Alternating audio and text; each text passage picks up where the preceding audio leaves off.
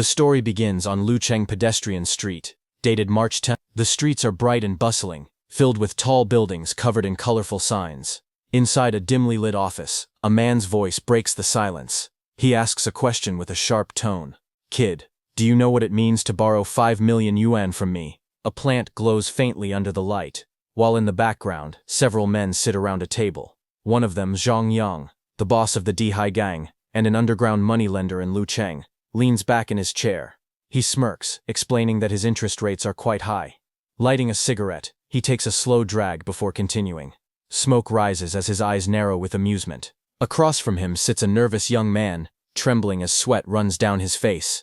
Two large bodyguards stand behind him, their shadows falling over his chair. Trying to sound confident despite his fear, he tells brother Zhang that as long as he is willing to lend him the money, the interest rate can be as high as needed.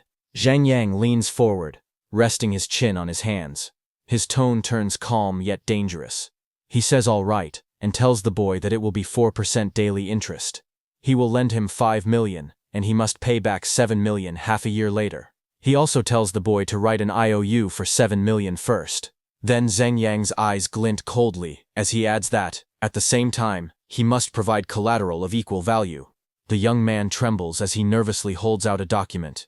His voice shakes as he speaks, telling brother Zhang that it is his house's property deed, and asking him to take a look. Zhang Yang takes the paper and examines it with a faint smile. He comments that the house is a bit old now, and worth only about 3 to 4 million yuan at most. In his mind, he scoffs, thinking how foolish it is for someone to use a large flat apartment over 140 square meters for a high-interest loan. To him, it is like a sheep willingly walking into a wolf's den. Leaning back in his chair, Zhang Yang says with a smirk that the young man named Chen cannot borrow 5 million with just that house. He tells him plainly that the deal can't be done. Panicked, the young man clasps his hands together and pleads.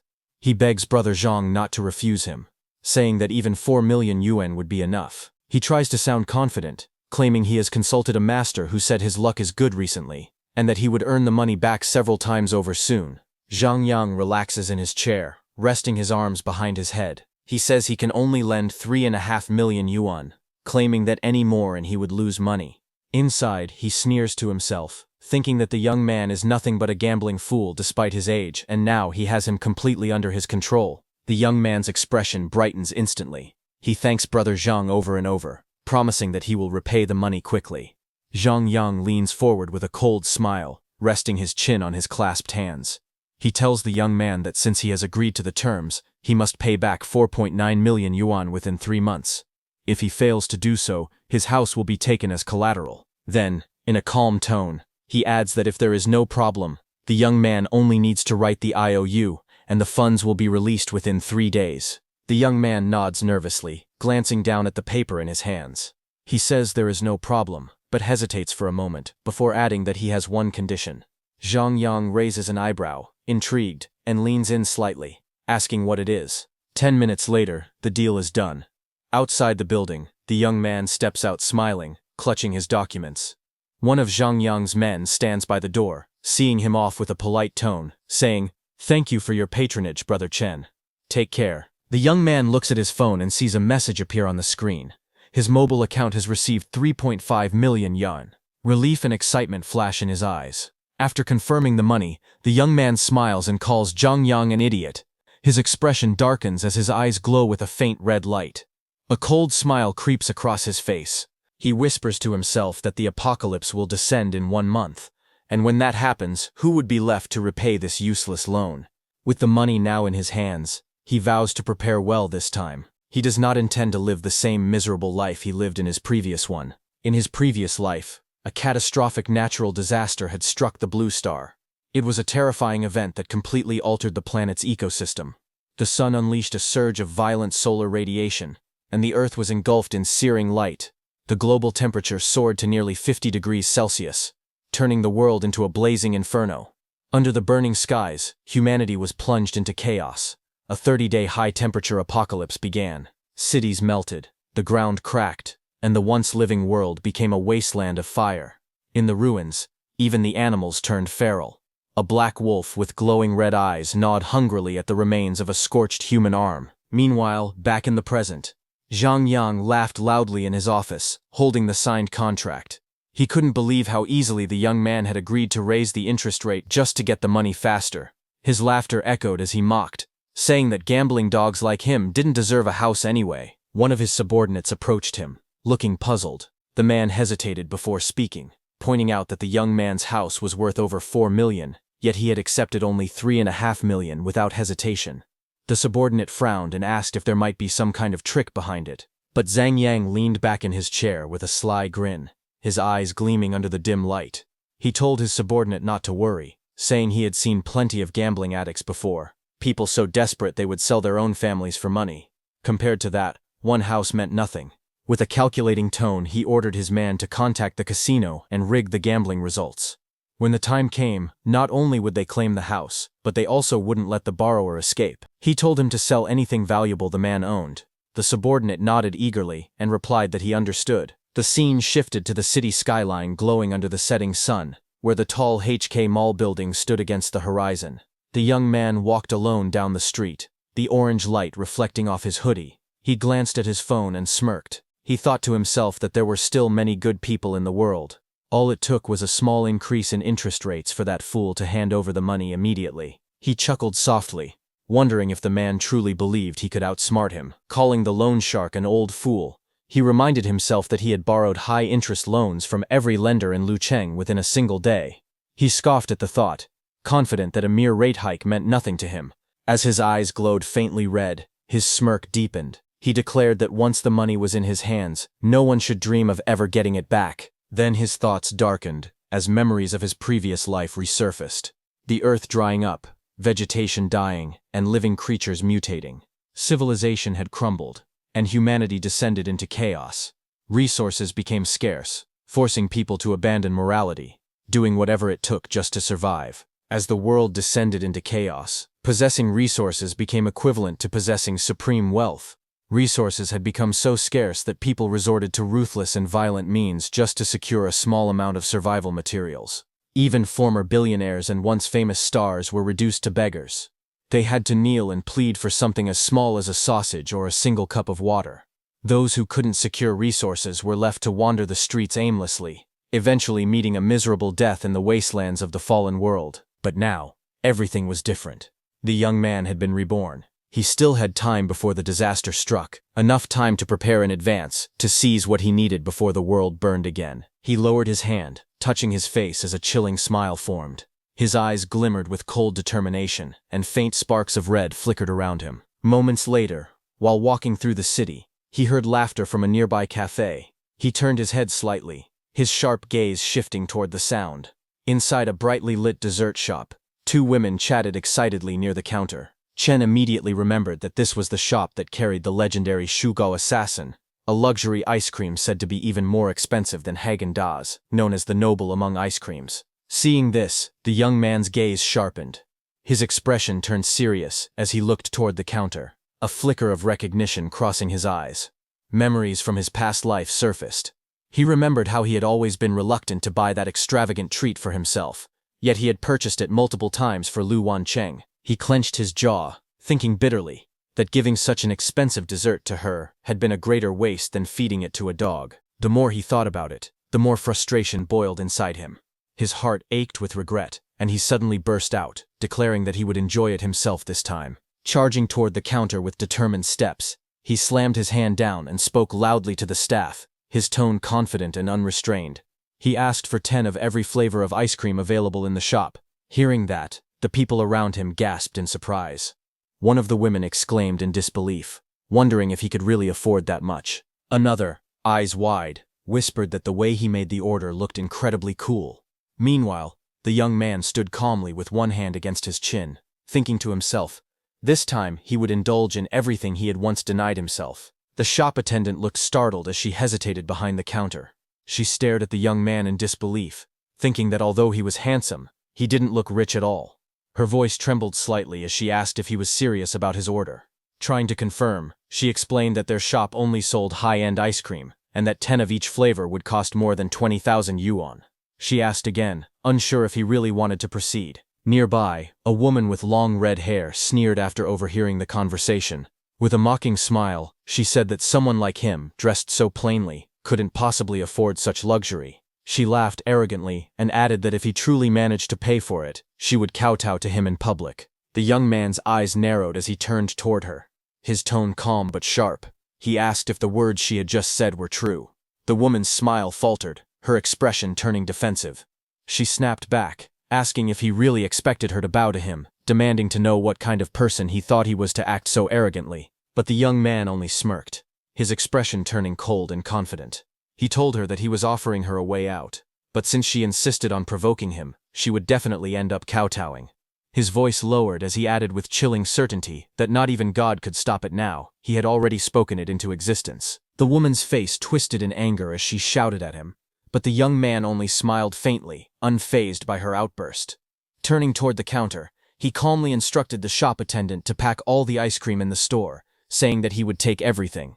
As the staff hesitated, he pulled out his phone and displayed his account balance, a staggering 20 million yuan.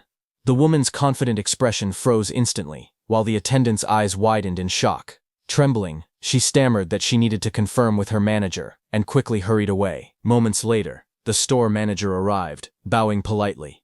He introduced himself as Fei Qi and asked what Mr. Chen required. The young man looked relaxed, his tone composed as he told the manager to calculate the total price of all the ice cream in the store and added casually that they wouldn't need to open for business today. Hearing this, Manager Fei blinked in disbelief, but quickly nodded with a respectful smile. He told the young man to wait for a moment as he checked the inventory, secretly astonished. He muttered to himself, wondering what kind of big shot would buy up an entire month's sales revenue in one go. He thought about how few people ever purchased such expensive ice cream. Most customers only came to admire it. After a brief calculation, the manager returned and announced that the merchandise currently on display was worth 70,000 yuan, while the total stock, including the inventory, was around 1 million yuan. Hearing this, the young man smirked slightly. He thought to himself that it wasn't all that expensive after all. Since the apocalypse was coming anyway, he might as well empty their entire stock after all. If the world ended, he could simply sit at home and enjoy his ice cream in peace. Chen Xiao calmly told the manager that he would transfer a deposit of 300,000 yuan first, and instructed him to deliver all the ice cream from their inventory to his address as soon as possible.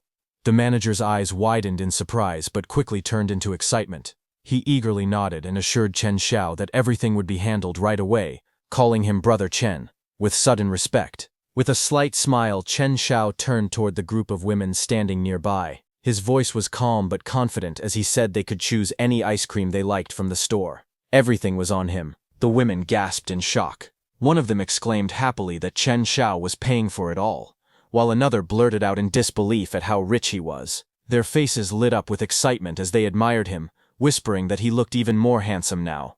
Chen Xiao stood tall with a relaxed grin, his arms open in a confident gesture. Then his expression shifted slightly as he turned his gaze toward the red-haired woman who had mocked him earlier. His tone turned sharp as he reminded her that his offer excluded her. He was still waiting for her to keep her word and kowtow to him. The woman froze, her confidence vanishing.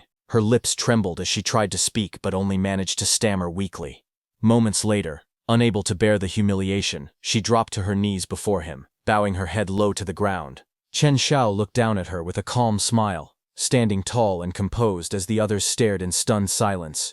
He then looked calmly ahead, his eyes half-lidded, and his voice steady as he remarked that the woman should have known better than to show off. The scene then shifted to a peaceful view of a riverside lined with cherry blossom trees, petals drifting gently through the air under the glow of a warm sunset.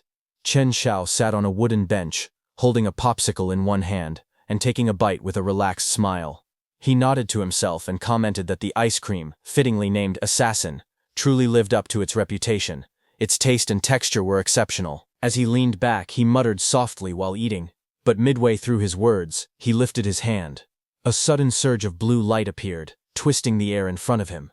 A dark, square-shaped portal shimmered into existence, surrounded by glowing energy lines. Chen Xiao explained to himself that his ability could keep anything inside it perfectly preserved, allowing him to enjoy fresh ice cream anytime he wanted. He smiled, amused by the thought, and casually flicked a small blue bag into the glowing portal. With a confident tone, he said that with this power, inviting over any star or young model wouldn't be a problem. Just thinking about it made him feel excited. Chen Xiao raised his hand as a black, glowing square appeared before him. He looked at it thoughtfully, his voice calm as he said that he hadn't expected his ability to be reborn along with him. He recalled that, in his previous life, abilities had only started awakening gradually after the apocalypse began. A faint smile appeared on his lips as he gazed at the mysterious power hovering above his palm. He admitted that he didn't fully understand how it worked, but he knew one thing for certain: this would become his greatest trump card in the days to come. He then sat back down on the bench under the cherry blossoms, petals drifting around him as the evening light glowed softly. In a quiet tone, he said that it was time to start preparing for what lay ahead, building a safe house, setting up cold storage, gathering weapons, and securing an energy reserve. With a small sigh, he muttered that he still had a lot to do. Just then, his phone suddenly chimed with a ringtone announcing, "Little Fairy is calling." Chen Xiao blinked in surprise and turned his head slightly. He pulled out his phone and frowned when he saw the name flashing on the screen, Liu Wancheng. His expression darkened as he muttered that it was her again, calling it bad luck. Chen Xiao paused when he saw the name, Liu Wancheng, glowing faintly in the darkness. After Chen Xiao's parents passed away, Liu Wanqing appeared in his life like a savior. In his grief and loneliness, he saw her as a source of warmth and light, someone who reached out a helping hand when the world felt empty. Back then, he was too naive to realize her true intentions. To him, she seemed like the light that had entered his dark world. But in reality, what she was after wasn't him, it was the inheritance his parents had left behind. Their relationship soon became one built on lies and manipulation. Chen Xiao remembered her sitting close to him, whispering softly that her mother insisted on certain conditions if he truly wanted to marry her. She told him that the large, fully paid apartment in the city center had to be written under her name, along with a bride price of 880,000 yuan. He complied, blinded by love. Yet it felt like falling into a bottomless pit. She kept asking for more, reaching again and again until all his savings were drained. Even that wasn't enough. She began pushing him to sell his ancestral home, just so she could have another luxury apartment in the city. When he hesitated, her tone turned manipulative, saying it was for their future, that his old family house wasn't worth keeping anyway. Then Chen Xiao's memories darkened. He remembered being forced down, humiliated and helpless as greed consumed her. Later, she stood beside another man in a dark room, smiling coldly as she introduced Chen Xiao like an object. She told the man, whom she addressed as young master, that Chen Xiao was the one she had mentioned before, the one who perfectly met the man's special material requirements. At that moment, Chen Xiao finally understood. The woman he once thought of as his savior had sold him out for her own gain. Chen Xiao's eyes burned with fury as memories of his past life resurfaced. When the apocalypse descended, chaos consumed the world. He had risked everything, his safety, his future, to protect Liu Wanqing. But in the end, she betrayed him without hesitation. To cling to someone stronger, she had sold him off like livestock. He remembered the cold floor, the smell of blood, and the shadow looming over him. His body trembled as the figure above observed him with detached curiosity, muttering that there was nothing particularly special about him. Then the man wondered aloud if he needed to eat him to see any real result. Chen Xiao's fate back then had been cruel beyond words. His voice echoed bitterly in his thoughts. In the end, he hadn't even been left with a complete corpse. Now, standing under the pale light with red eyes glowing faintly, Chen Xiao held his phone tightly, his expression dark yet calm. A sinister smile curved across his lips as he looked at the name on the screen. He whispered coldly that since Liu Wanqing had run right into him again, it was time to properly settle the score. The scene shifted to a tall, luxurious building glimmering under the golden sunset, a high-end hotel. Inside, the sound of soft footsteps echoed across the floor. It was Liu Wanqing. Chen Xiao answered the call and asked gently if she had called him and whether something was the matter. Inside a brightly lit bathroom, Liu Wanqing stood in front of the mirror, her hair wrapped in a towel and a silk robe loosely tied around her. Speaking sweetly into her phone, she told Chen on the other end that she had been out playing with friends and had accidentally lost a gold necklace she really loved. She sighed dramatically, saying how heartbroken she felt about it. On the other side of the call, Chen Xiao's voice came through, calm yet laced with an unsettling tone. He spoke softly, asking what else he could possibly do. Of course, he said, he would buy his dearest darling a new one. His voice deepened into a faintly mocking tone as he added that one wasn't enough. She could buy 10 and wear them alternately if she wished. Hearing that, Liu Wanqing blinked in surprise at his sudden generosity. Her expression softened slightly, curiosity mixing with disbelief. She asked when he had suddenly become so generous. Calmly, Chen Xiao told her he had been lucky lately, that he had invested a bit in virtual currency and made a small profit.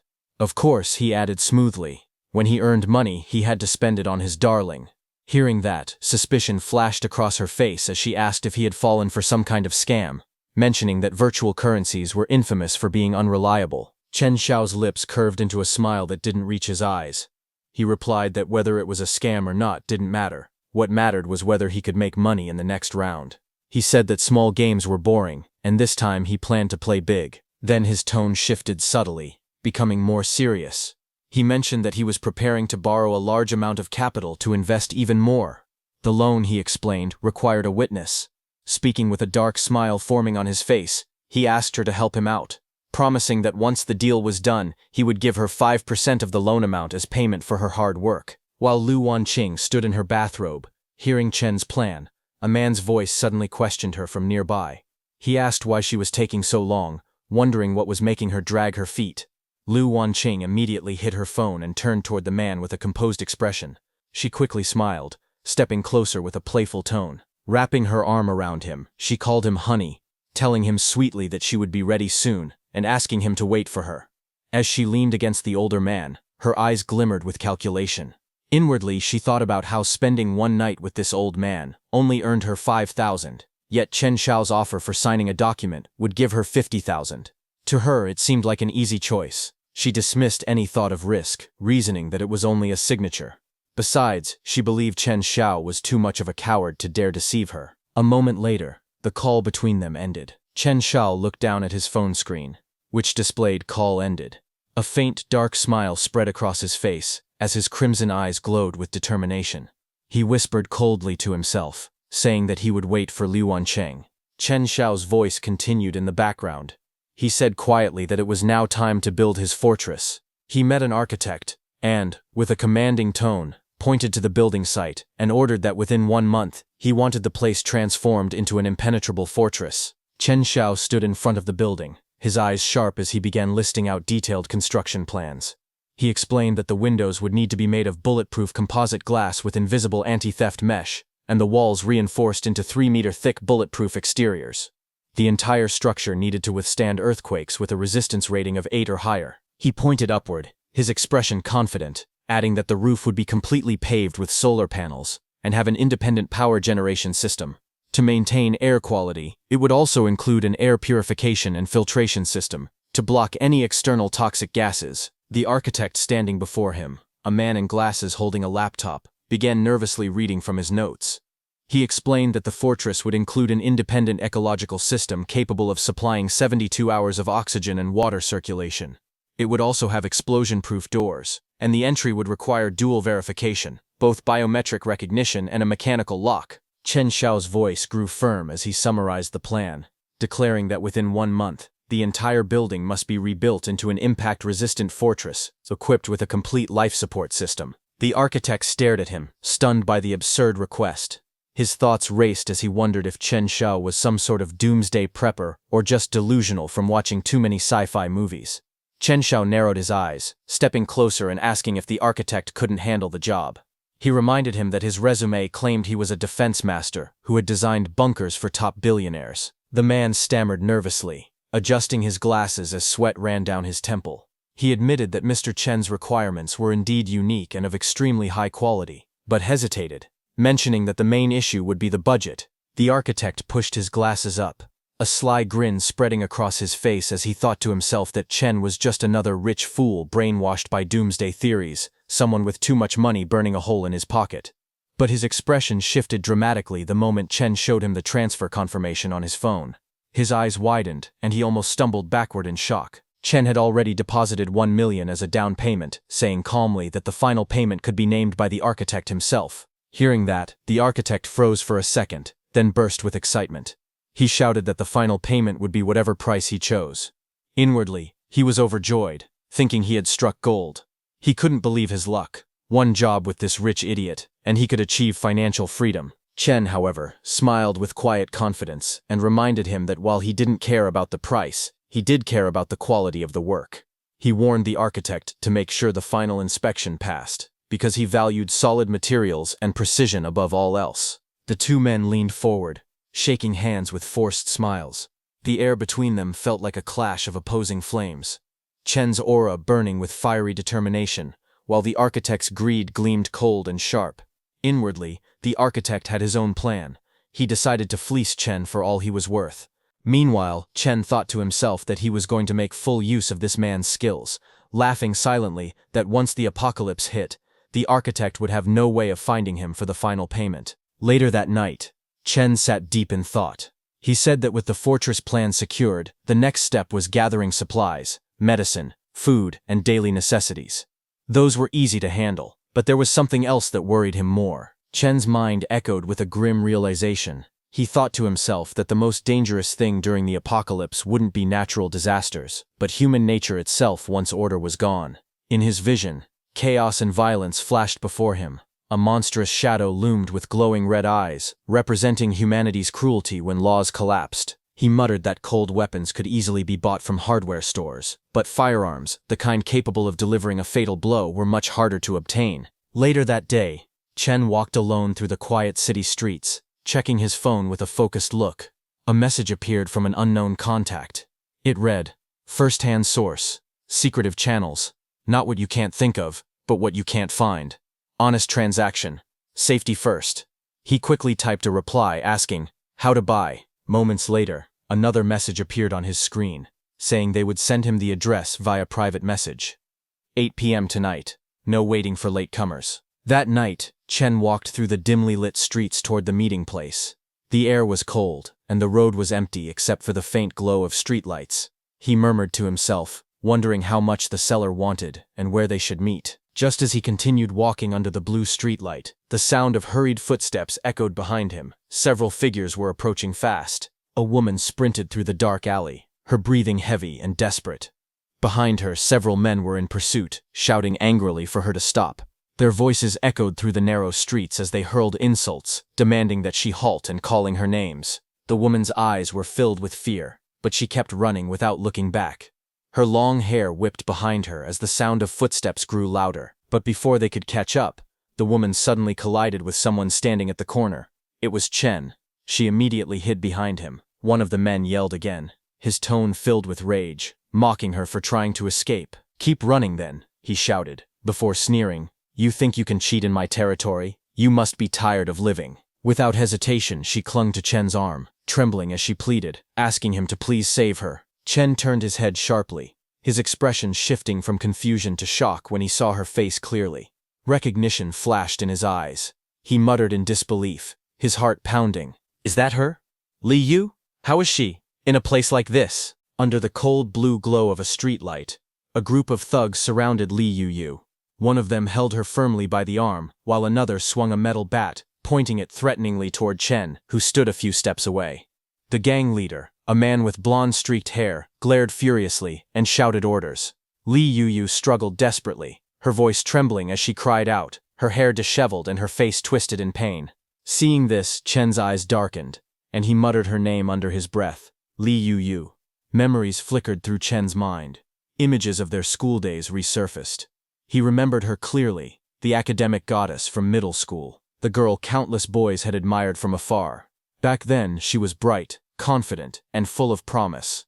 Now, standing before him, she was a shadow of that memory, bruised, trembling, and pleading for help. Chen's jaw tightened, his gaze cold and focused.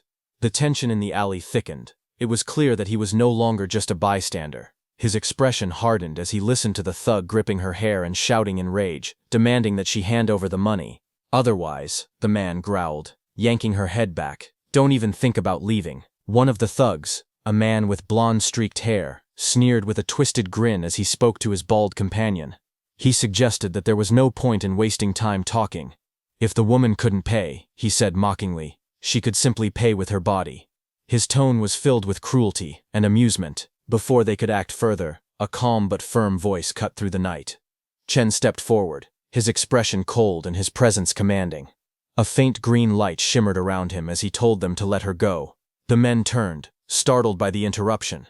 The woman's captor hesitated, still gripping her by the hair, while the others exchanged glances.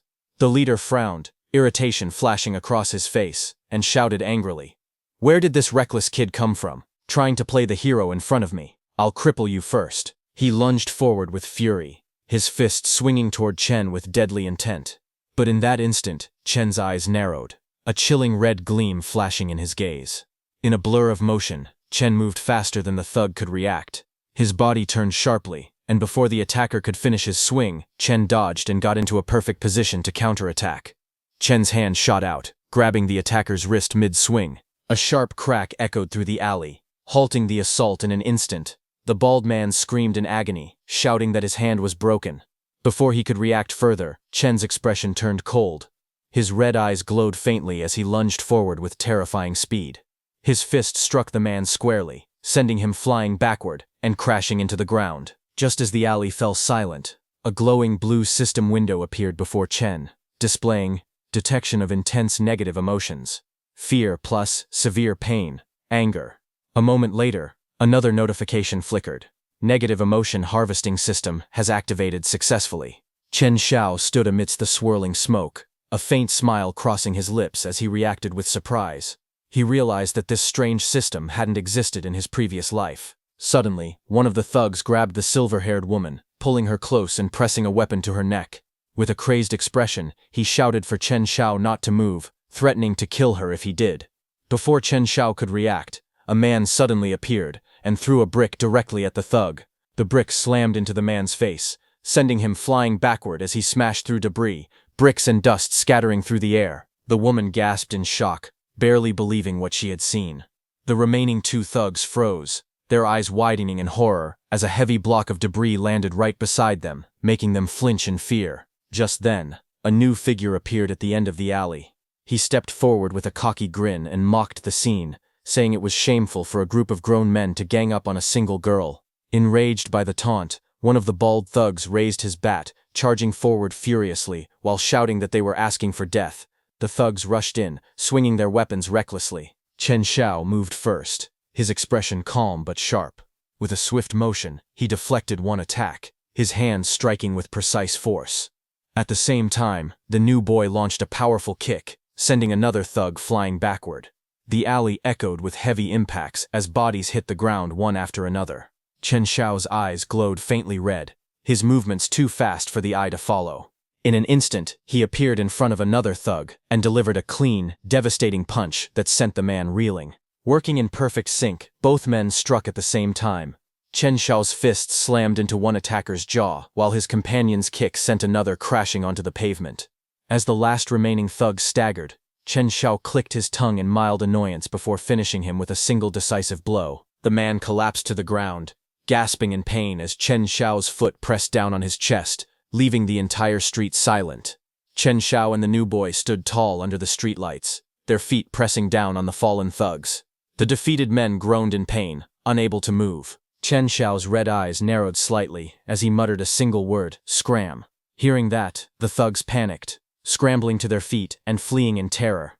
As they ran, a system notification appeared before Chen Xiao's eyes, stating that he had gained 1 fear, 1 panic, 1 severe pain, 1 despair, and 1 humiliation point. Another notification followed, informing Chen that his negative emotion value had exceeded 10 for the first time. Space expansion permission unlocked. A third notification appeared, urging Chen to work hard to harvest, grow bigger, and become stronger. As the men disappeared into the distance, Chen glanced at the fading system window and smirked faintly. Harvest negative emotions? Interesting, he murmured. Moments later, the purple-haired girl he had saved looked up at him, her voice trembling with relief. She thanked him, saying she hadn't expected to meet him there. Chen Xiao extended a hand toward her, his tone softening slightly, as he asked if she was hurt. He then handed his jacket to the girl, telling her to put it on. She looked at him, her expression gentle with gratitude, and thanked him sincerely.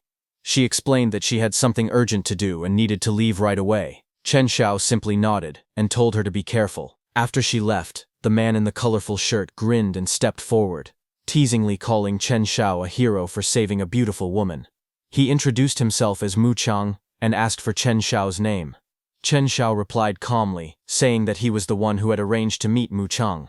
Hearing that, Mu Chang's eyes widened in surprise before he burst into laughter, calling it fate that they had run into each other. Then, striking a dramatic pose, Mu Chang shouted his code phrase, "Heavenly King covers Earth Tiger."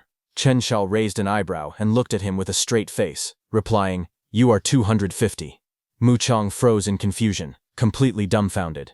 Just then, the system suddenly activated in Chen Xiao's mind. A glowing blue window appeared above Mu Chang's head, displaying detection of intense negative emotions. Dumbfounded, +1. Bewilderment, +1. Embarrassment, +1. Chen Xiao was shocked to see this and stared at Mu Chang in awkward silence, the atmosphere turning strangely comical. Chen Xiao raised his hand playfully and shouted with a grin, jokingly saying, "Pagoda suppresses river demon." He told Mu Chang not to mind it, saying he was just making a little joke to lighten the mood. Hearing that, Mu Chang's face twisted in disbelief, his tone filled with both frustration and amusement as he shouted back, "Damn it, brother, that joke of yours, you're ruthless, follow me." The scene then shifted to a quiet night outside a 2-story house, its windows glowing warmly under the streetlight. Inside, Mu Chang handed Chen Xiao a wooden box. Inside were a pistol, several bullets, and a magazine neatly arranged. Mu Chang explained that it was a sturdy Russian-made gun, durable and reliable, but warned that there weren't many bullets, so he should use them sparingly. Chen Xiao inspected the weapon calmly, while Mu Chang continued with a grin, saying that since Chen Xiao's skills were impressive, and he seemed like an interesting guy, he would offer it at a friendship price, considering it as making a new friend. Chen Xiao smiled faintly and replied, "Not bad, thanks." As Mu Chang watched closely, he noted how skillfully Chen Xiao handled the gun, his movements smooth and precise. His sharp eyes narrowed as he muttered to himself that the man was clearly an expert. Since everything checked out, there was no problem. Then Chen Xiao turned slightly, his tone casual yet teasing. He asked Mu Chang with a smirk whether the gun came with a free suppressor, if there was a warranty card, and whether he could maybe throw in another box of bullets. Hearing that, Mu Chang's eyes widened in shock, completely caught off guard by the unexpected remark. Mu Chang's expression froze in disbelief. He shouted inwardly that it was already a friendship price and demanded to know if Chen Xiao even understood what that meant. Frustrated, he clenched his fists and gritted his teeth, thinking that people were paying double the price for this gun on the black market, yet this guy still wanted a warranty and free extras. His anger spiked as he glared at Chen Xiao, his thoughts screaming that it felt like Chen was treating the deal as if he were buying home appliances. He almost wanted to yell for Chen Xiao to just rob him instead. At that moment, the system activated again in Chen Xiao's mind. Detection of intense negative emotions, shock +1, heartache +1, speechless +1. Seeing this, Chen Xiao simply smiled and waved his hand casually. He told Mu Chang that if it wasn't possible, then never mind. He was only asking. He said he would stick to the original price and transferred the money immediately. Mu Chang stood there, speechless, as Chen Xiao calmly finalized the transaction. Now Chen's supplies and the gun were secured. It was time to get revenge. Outside, the scene shifted to a brightly lit building beneath the night sky, the moon glowing overhead. Inside, under a dazzling chandelier, a woman in a red dress stood silently by the window. Her long blonde hair flowed down her back as city lights reflected through the glass behind her. She was Liu Wanqing. Wearing the red dress, she complained softly, asking why Chen had taken so long to arrive. She said her legs were tired from standing, and nervously asked whether the thing he had mentioned earlier truly involved no risk. Chen smiled and pulled her close, his tone smooth and reassuring. He told her it was just a formality, and that he adored her too much to ever deceive her. Hearing this, Liu Wanqing leaned back with a cigarette between her fingers, her expression turning sly. She thought to herself that Chen was just a gullible fool who had nearly sold his blood once just to buy her a handbag. She smirked, convinced that he was too infatuated to ever betray her. Then they went inside. In the room, Zhang Yang sat across from her, flanked by 2 bodyguards. He praised her confidence and said with a grin that her signature was beautiful. Liu Wanqing smiled faintly, unaware of the trap she had just walked into. Zhang Yang, wearing a cunning smile, watched as her signature appeared on the contract. Inwardly, he mocked her, thinking that she believed she was only signing as a guarantor, when in truth, once her name was written, the entire debt would belong to her. As she signed, the scheming man's thoughts grew darker. He thought that once she failed to repay the debt, she would have no choice but to pay with her body. He grinned through a puff of smoke, murmuring to himself with a sinister laugh that when she couldn't repay, that would be when his fun began. Across the room, she stood before Chen Xiao, unaware of his calm expression as he watched her. Inwardly, Chen Xiao smirked and told her silently to go ahead and sign the so-called indentured servitude contract. He thought that her greed would perfectly cover the final payment for his safe house, Everything went unexpectedly smoothly, and he quietly thanked Liu Wanqing in his mind for making things so easy. Later that night, Chen Xiao stood outside a newly constructed building beside the architect, who proudly gestured toward it. He assured Chen that everything inside was reinforced to 120% of military standards, complete with heat insulation, soundproofing, explosion resistance, and anti-drilling layers. He boasted that the house could even withstand several nuclear bombs. Chen Xiao inspected the structure and nodded in approval. With a faint smile, he commented that the quality was good. The man, wearing dark sunglasses, grinned widely and said Chen could come back anytime if he needed more work done. Afterward, Chen Xiao sat alone in his new home, placing a case on the table as the television played in the background.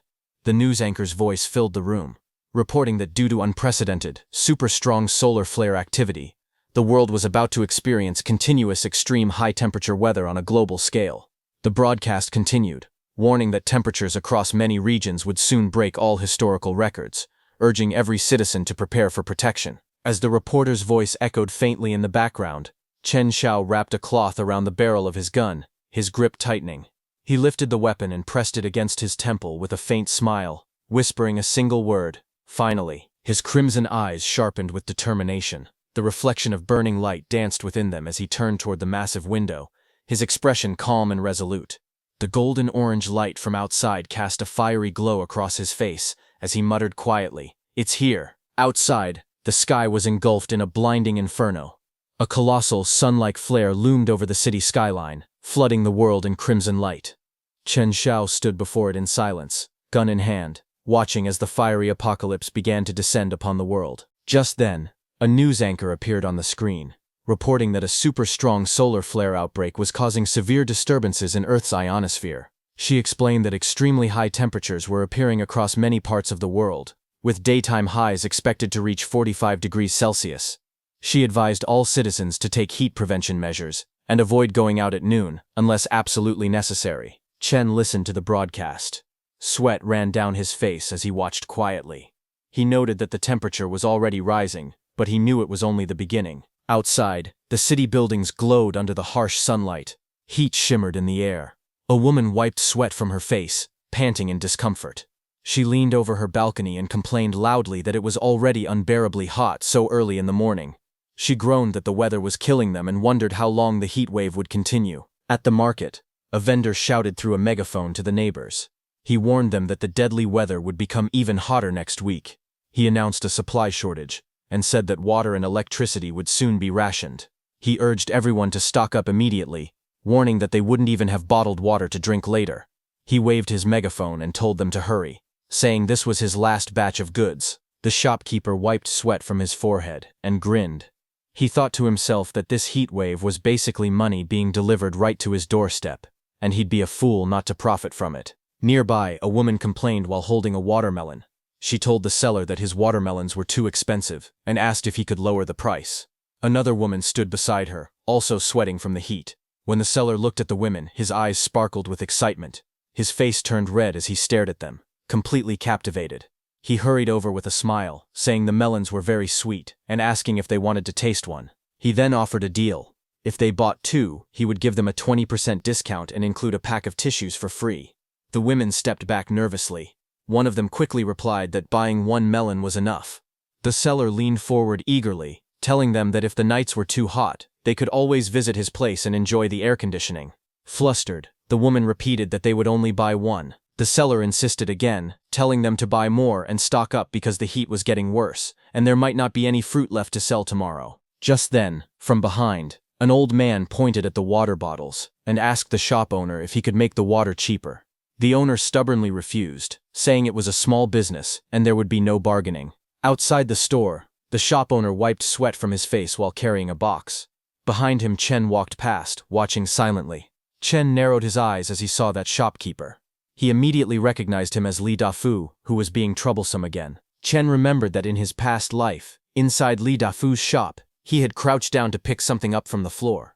Li Dafu stood behind him with his arms folded, looking down suspiciously. Just as Chen touched that thing, Li Dafu shouted loudly for everyone to come and look. He accused Chen of stealing, and claimed he had caught him red-handed. Chen shook his head in panic. He said he didn't steal anything, and only wanted to pick up the item because it had fallen to the ground. Li Dafu mocked him, asking if he could really be that kind-hearted. Li Dafu grabbed Chen's arm tightly. Chen cried out as he was pulled up. Li Dafu glanced at Chen's clothes and sneered, saying that just by looking at how shabbily he was dressed, he could tell that Chen had sticky fingers. He demanded that Chen pay up, or he would send him straight to the police station. The crowd surrounding them began whispering among themselves. Some adults clicked their tongues, saying that someone so young should know better, and questioning why he would steal. Another voice remarked that they couldn't understand how his parents had raised him. Someone else pointed out that his silence meant he must be admitting the crime. Chen lowered his head, sweat running down his cheek as he trembled. In a small voice, he insisted that he hadn't stolen anything. Back in the present, remembering all that, Chen pushed through the crowd with a calm expression. He walked forward slowly. Suddenly, something caught Chen's attention, and he looked to his side. Inside the store, a display of Ace potato chips stood with a sign that read, "Store Manager's Recommendation, 50 yuan per pack." Li Dafu, who was running the shop, stood nearby, looking annoyed as he overheard complaints. Chen questioned him, asking if the chips were made of gold or if they could somehow prevent heat stroke, wondering why they were priced so high. Li Dafu glared intensely, sweat beading on his face as he held several water bottles against his side. His expression twisted with anger and suspicion. A system window suddenly appeared, flickering with streams of numbers. It reported that Boss Li's strong negative emotions had been detected. Disgust, Li Dafu then rushed forward, shouting furiously. He yelled that anyone who couldn't afford the goods shouldn't touch them, demanding to know if Chen could even pay for anything he might break. His arm swung as he tried to snatch the bag away. Just then, another system window flashed into existence, noting Boss Li's strong negative emotions, irritation, +6. Chen stood unfazed, looking back with a calm, sharp smile. He asked Boss Li if he could really sleep at night while hoarding so many treasures. He warned him jokingly to watch out for thieves. Boss Li froze for a moment, speechless, a drop of sweat rolling down his tense face. Then, an angry Li Dafu pointed a shaking finger at Chen and shouted. He demanded to know who Chen was cursing, warning that he would beat him if he didn't stop. He called him a coward and asked if the heat had made him lose his mind. As Li Dafu raged, Chen lifted his hand calmly. He told Boss Li to calm down and then asked if he had been experiencing insomnia, strange dreams, soreness in his lower back and knees, night sweats, and fatigue recently. Hearing this, Boss Li hesitated. He admitted that he had experienced those symptoms a bit. Boss Li then wondered aloud if his warehouse really had feng shui problems. Hearing that, Chen clicked his tongue and stepped closer with a serious look. He pointed at Boss Li's forehead and said that it was dark. He grabbed Boss Li's face from the side and added that his eyes were unfocused. Chen spun Boss Li in panic as both comments hit him at once. Chen then stood confidently, tapping his chin with a knowing smile. He declared that this was a classic case of deficiency. Hearing that, Boss Li exploded in anger, pointing his finger while shouting that Chen was the deficient one, and that his whole family was deficient. He ordered him to get lost. Chen stayed calm. He reached out and took a lollipop from a rack, speaking evenly as he advised Boss Li to take care of his health. He said that anger harmed the body, especially with Boss Li's condition, and warned that if he didn't pay attention, it could shorten his life. As Chen walked past, he tossed a coin and placed the lollipop into his mouth. Behind him, Boss Li stumbled in shock. The coin Chen had tossed earlier fell to the floor with a sharp clink against the tiles. A red system window suddenly appeared, saying that Boss Li's strong negative emotions had been detected, anger rising sharply. Later that night, a black cat walked past the brightly lit storefront of the convenience store. As it passed, bringing bad luck with it, Chen approached. He stood outside the convenience store under the cold night sky. A heavy thought echoed inside his mind. In his past life, he had swallowed his anger and let people walk all over him. But now, in this life, he vowed to take everything back with interest. He lowered himself slightly, remembering what the system had said. A spark lit in his eyes.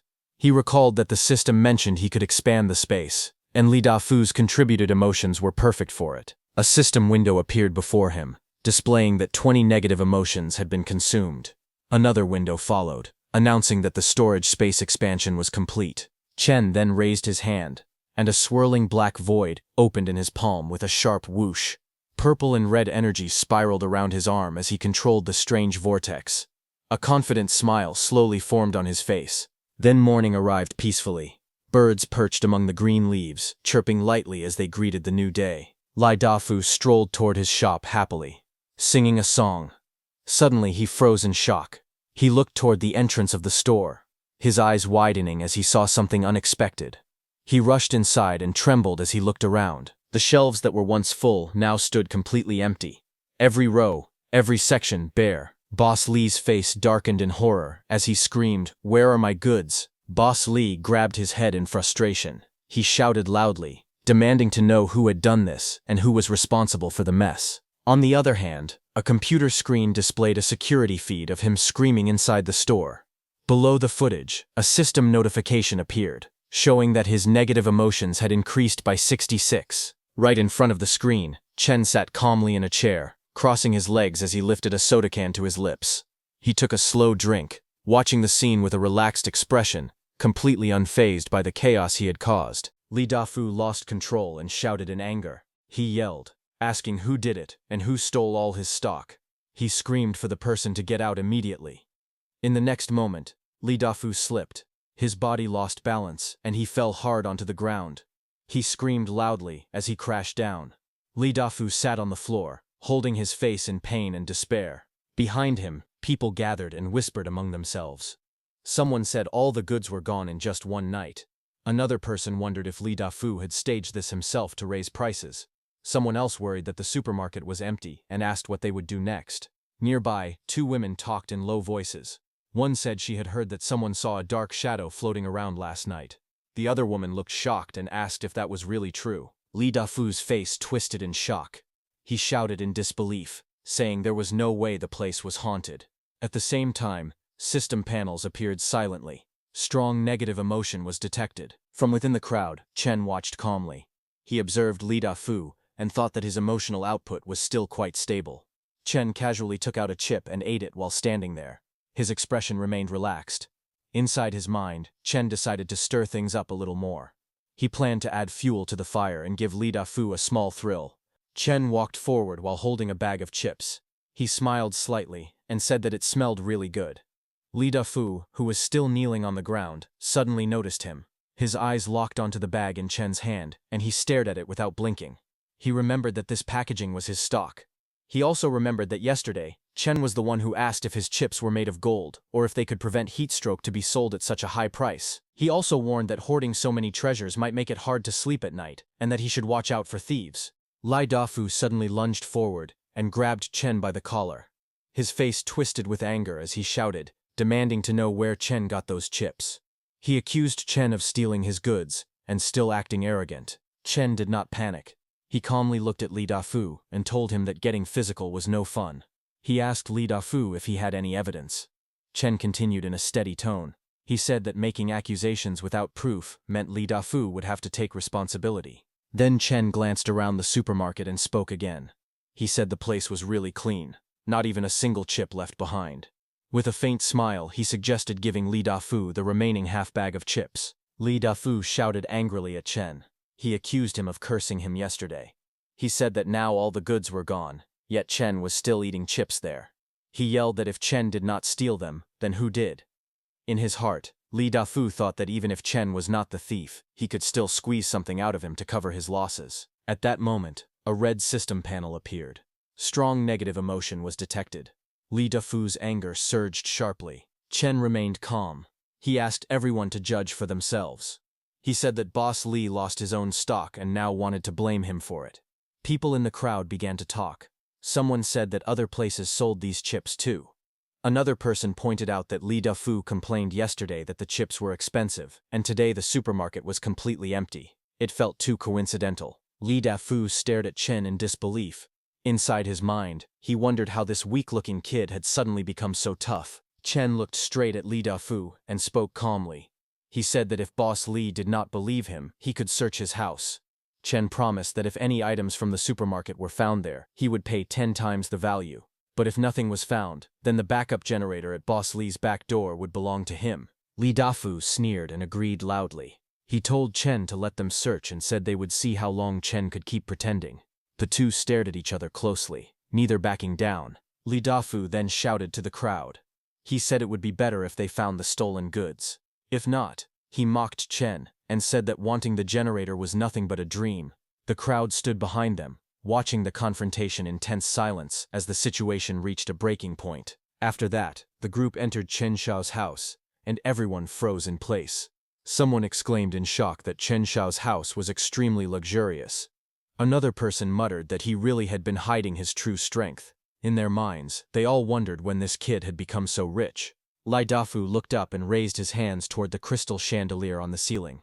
His eyes widened in disbelief. He moved around the room and stopped in front of the wardrobe. When he saw the expensive clothes hanging neatly inside, his mouth fell open. Then the refrigerator door was opened. Inside were neatly arranged drinks, jars of food, cakes, and fresh meat. Everything looked carefully stored and untouched. Next to it, a safe was revealed.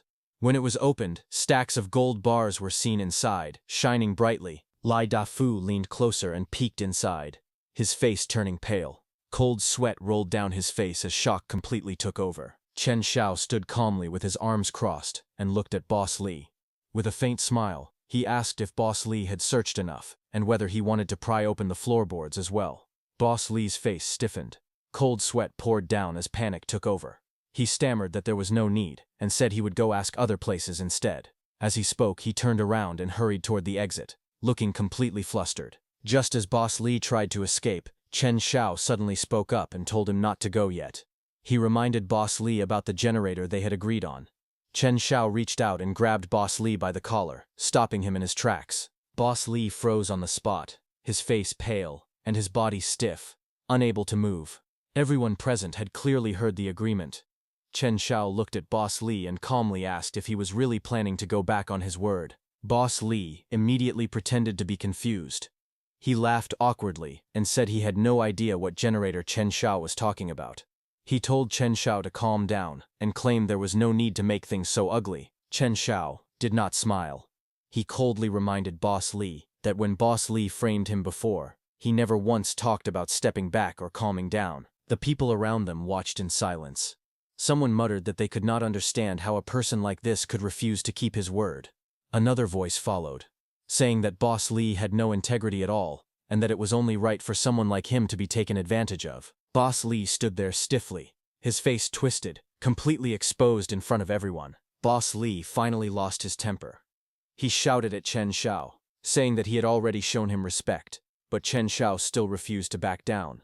Before Boss Li could react, Chen Xiao moved. He grabbed Boss Li's hand and twisted it hard. A sharp cracking sound rang out as pain shot through Boss Li's arm. Boss Li screamed loudly, clutching his hand in agony. His face twisted in pain as his body bent forward, unable to resist. He shouted, saying he would move the generator right away. Chen Xiao looked at him coldly and told him to hurry. He warned that once the temperature rose later, it would be impossible to go outside. He calmly reminded Boss Li that power would be rationed in a few days, and without a generator, Li Dafu would have no way to cope. A system notification appeared at once. Strong negative emotions were detected. Humiliation surged, pain increased sharply, and fear spiked even higher. Chen Xiao turned away calmly, standing straight as if nothing had happened. The room fell silent, and no one dared to speak. Just then, a phone suddenly rang on the table. The caller name on the screen was Lu Wanqing. As soon as the call connected, Lu Wanqing spoke anxiously. She told Chen Xiao that for the past 2 days, a few people had been following her. From their behavior, they looked like debt collectors. Chen Xiao frowned slightly as he listened. Lu Wanqing sounded upset and confused. She asked him if he had not said that she was only signing papers. She did not understand why those people were now stalking her. Chen Xiao stood quietly beside the table, looking down at the phone screen. His expression turned serious as he listened to her words, already sensing that trouble was approaching. Lu Wanqing raised her voice angrily. She demanded that Chen Xiao tell her the truth. She asked why the people from the Dahai gang were looking for her, and whether he had lied to her. Chen Xiao looked at his phone and replied softly. He asked why she never trusted him. He said he had already paid so much for her sake. He continued walking slowly while speaking. He told her that he had poured his heart out to her and would never lie. Hearing her accuse him made him feel very sad. As the call continued, Chen Xiao's expression turned cold. In his mind, he thought that the group from the Dahai gang was even more impatient than he had expected. Chen Xiao spoke into the phone while standing in front of the refrigerator. He calmly asked whether the people from the Dahai gang knew where Lu Wanqing lived yet and what they had said to her. Lu Wanqing answered quickly. She said they did not know her address. She explained that she took small roads and managed to shake them off. Her tone turned sharp. She demanded to know what was really going on and warned Chen Xiao not to play tricks on her. Chen Xiao leaned against the wall, listening quietly.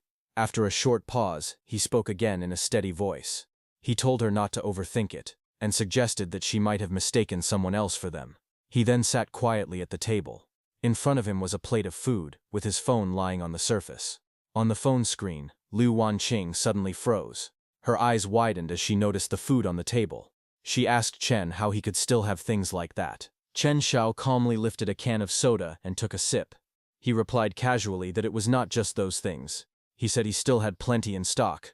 On the phone screen, Lu Wanqing looked at him in surprise and asked if he really had a lot. As she lay on the sofa holding her phone, her thoughts raced. The heatwave had lasted for many days. Supplies were now only available to the rich. She could not understand where he got so much food from. A thought crossed her mind. Maybe he had really become rich. Chen Xiao spoke casually while drinking. He said that food like this tasted best when the weather was hot. He picked up his fork and took a piece of salmon. He ate it calmly, without any hurry. On the other side of the call, Lu Wanqing stared at the screen in shock. Her eyes widened as she recognized the food. She could hardly believe it was salmon. Her heart beat faster. She hugged her phone tightly and shouted in her mind that she really wanted to eat it too. Chen spoke softly through the phone. He asked Lu Wanqing if she had enough food over there. Lu Wanqing continued in a low voice. She said she was really scared living alone. She felt like those people were still nearby and could show up at any time. So she asked Chen if she could stay at his place for a few days. She lay on the sofa, holding her phone close. Her voice softened as she added that she could keep him company. Chen Xiao picked up another piece of salmon. Inside his mind, he mocked quietly, thinking that Lu Wanqing had fallen for it too easily. He spoke into the phone in a calm tone. He said the weather would only get hotter later, and it would be inconvenient for her to go outside. He then reminded her of what she used to say before. He said she always told him that a girl should not casually give her address to others, acting mysterious and never letting him visit. After that, Chen Xiao spoke again. He told her to send him the address, and he would pick her up later tonight when it cooled down. On the other side, Lu Wanqing smiled. She said that was all in the past. The situation was special now, and since he was her boyfriend, he should protect her. She added that if he did not protect her, then who would? As she spoke, she sent him her address and leaned back on the sofa, holding her phone with a relaxed expression. Chen Xiao looked at his phone and spoke calmly. He told her to wait obediently at home and make sure not to run around. On the other side, Lu Wanqing lay on the sofa with her legs raised, holding her phone. In her heart she thought that a simp was still a simp, easily moved by a little sweetness. Chen Xiao lowered his gaze. Inside his mind, dark thoughts surfaced. He thought about how she used to act proud and distant, never even letting him enter her community. Now she had willingly sent her apartment number, just for a bite of food. Just as he was thinking, someone suddenly knocked at his door. Outside, a woman stood with a child beside her. She raised her hand and called out, asking Chen Xiao to open the door. Chen Xiao walked toward the entrance and stopped in front of it. He opened the door slightly and looked outside. With a calm smile, he asked Auntie Wang if something was wrong. Auntie Wang smiled as she spoke. She said Chen Xiao's place felt cool. Her air conditioner was broken, and the child could not endure the heat. She said they were all neighbors and should help each other, asking to come inside and stay for a while. Chen Xiao looked at her quietly. He then spoke coldly. He reminded her of the past. He said that when he was little, he and his mother picked up plastic bottles downstairs. Back then, Auntie Wang pointed at them, called them poor beggars, and even told security to chase them away. He asked her if she remembered him now. Auntie Wang's face changed. She suddenly shouted angrily and lashed out. She pointed at Chen Xiao and shouted that it was all from many years ago, her voice sharp and impatient. She accused Chen Xiao of holding a grudge and yelled that he had no human touch at all. Chen Xiao responded calmly, almost casually. He said that was fine. He said he might not have any human touch, but he did have air conditioning. Auntie Wang turned away in rage. Her anger burst out completely. She suddenly cursed him loudly. She shouted that he was heartless, and said he deserved it when his parents died early. As she slammed her hand against the door, a system notification appeared. Strong negative emotion detected. Anger increased sharply. After that, Chen turned away from the door and walked back into the room. On the table, his phone lay beside a SIM card. Chen Xiao picked it up and inserted the new SIM into the phone, holding it in one hand. He called the Dahai gang leader. Chen Xiao held the phone to his ear and spoke in a low voice. He said that he knew Liu Wanqing's address. He told the Dahai gang that he had already sent it over and that she lived alone, making her very easy to find. After the call ended, Chen Xiao stood quietly on the balcony. Sunlight fell across the room behind him. He looked down and softly spoke her name, Liu Wanqing, thinking that the show had begun. Liu Wanqing stood in front of the mirror and looked at herself. A satisfied smile appeared on her face. She thought that soon she would be able to move into Chen Xiao's air-conditioned room. In her mind, she imagined Chen kneeling in front of her, and believed that only this kind of easy and carefree life was worthy of her. She sat comfortably, enjoying the cool air, looking relaxed and confident. Later, she lay on the bed and lit a cigarette, holding it lightly between her fingers. Her expression was calm, as if everything was already under her control. Suddenly, a knock sounded at the door. Liu Wanqing turned her head in surprise and got up. She walked to the door and opened it slightly. With a smile, she spoke casually, asking why he had arrived so early. Inside her heart, she mocked silently, thinking that he was truly eager and easy to manipulate. But Liu Wanqing's eyes widened in shock. Fear spread across her face as she realized something was wrong. 3 men stood in front of her. The man in the middle was Zhang Yang.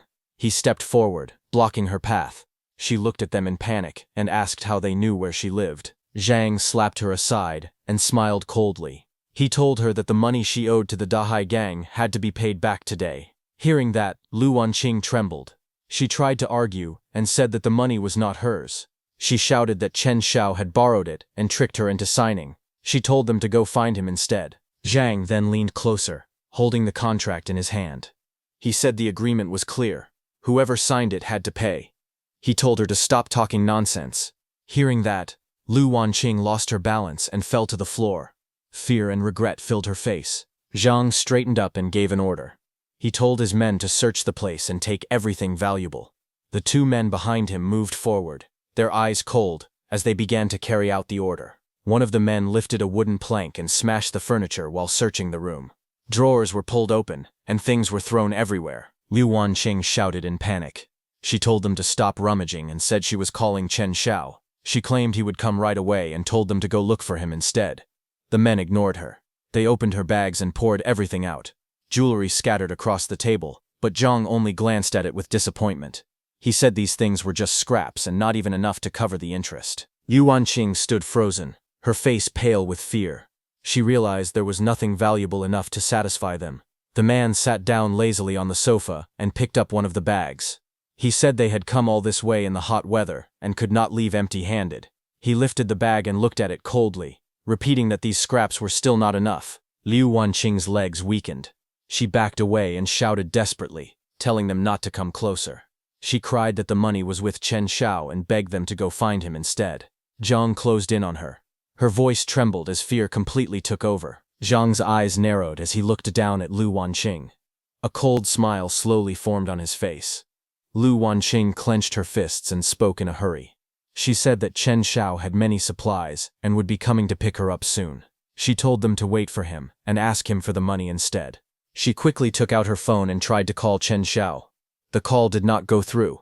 A cold voice from the phone said that the number she had dialed was currently unavailable. Liu Wanqing froze. She stared at the screen in disbelief and tried again. The same message played once more. Her hands began to shake. Sweat ran down her face as fear filled her eyes. She looked up and said weakly that no one was answering. The room grew silent. Zhang, standing in front of her, did not move. Their shadows slowly closed in as her last hope faded away. Liu Wanqing stared in disbelief. Her eyes trembled as she wondered how this could be happening. She hurriedly tried to calm everyone. She said Chen Xiao must be busy, and did not hear the phone ring. She forced a nervous smile and said she would call him again right away. But before she could react, Zhang suddenly lashed out.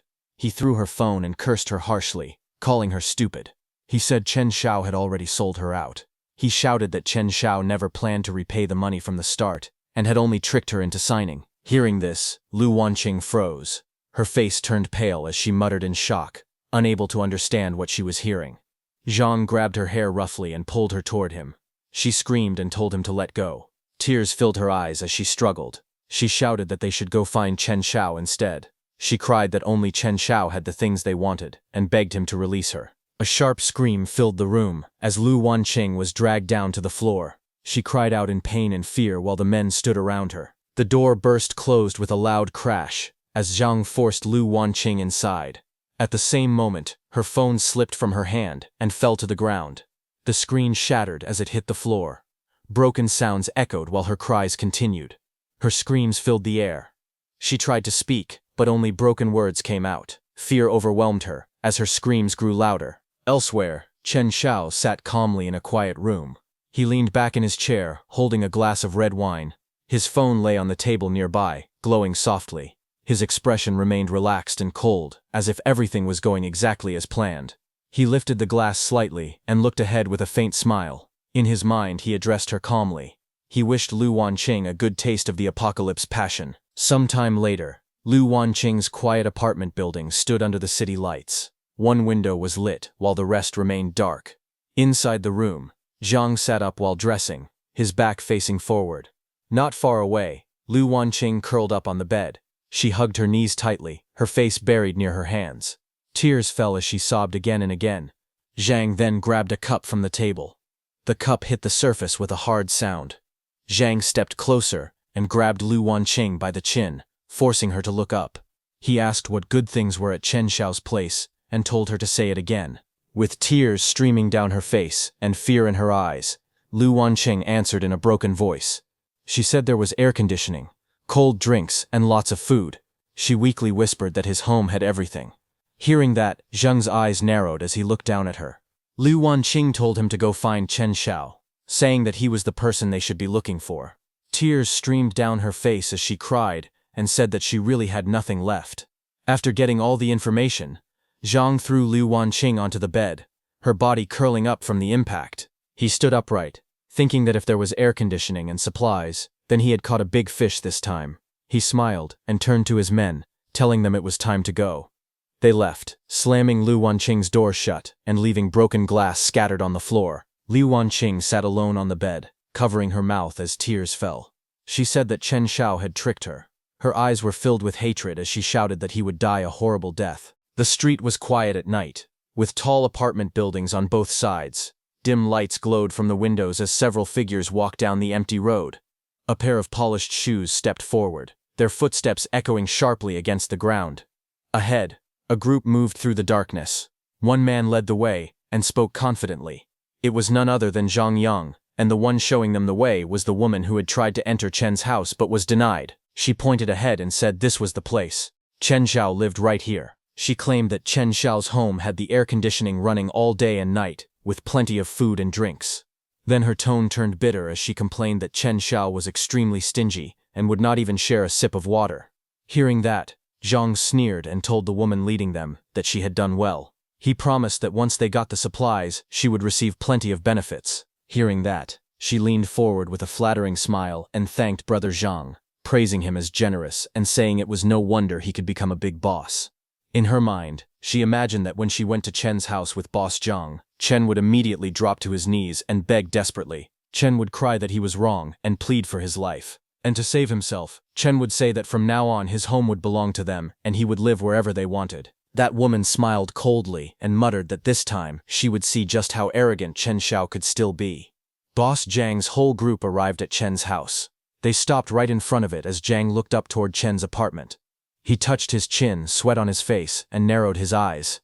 He sensed something strange and said that Chen had something going on. So he stayed behind and had two men go ahead to check, holding their weapons. One man stepped forward eagerly and shouted that he would kick the door down for Brother Zhang. He rushed ahead and lifted his foot to strike. At that moment, a blue electric light suddenly flashed beneath his leg. Sparks crackled as his foot froze in midair. The man screamed in pain as electricity wrapped around his body. His weapon slipped from his hand and fell to the ground. Another man stood nearby holding a blade, watching in shock as the screaming continued. That man was electrocuted and fell to the ground. The other men looked down at the fallen figure and cursed angrily. They mocked him, asking why he suddenly cramped up. Blue electricity continued to crawl over the fallen man's body as he lay spread out on the ground. His fingers twitched as he tried to move. Just as those two men grabbed the clothes of the man lying on the ground, the electric current surged again. Both of the guys were hit by the powerful electricity.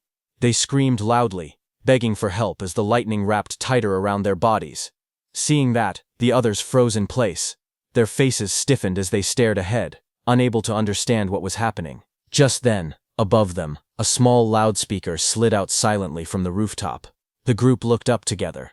Their expressions turned blank, eyes wide with shock. No one spoke as confusion filled their faces.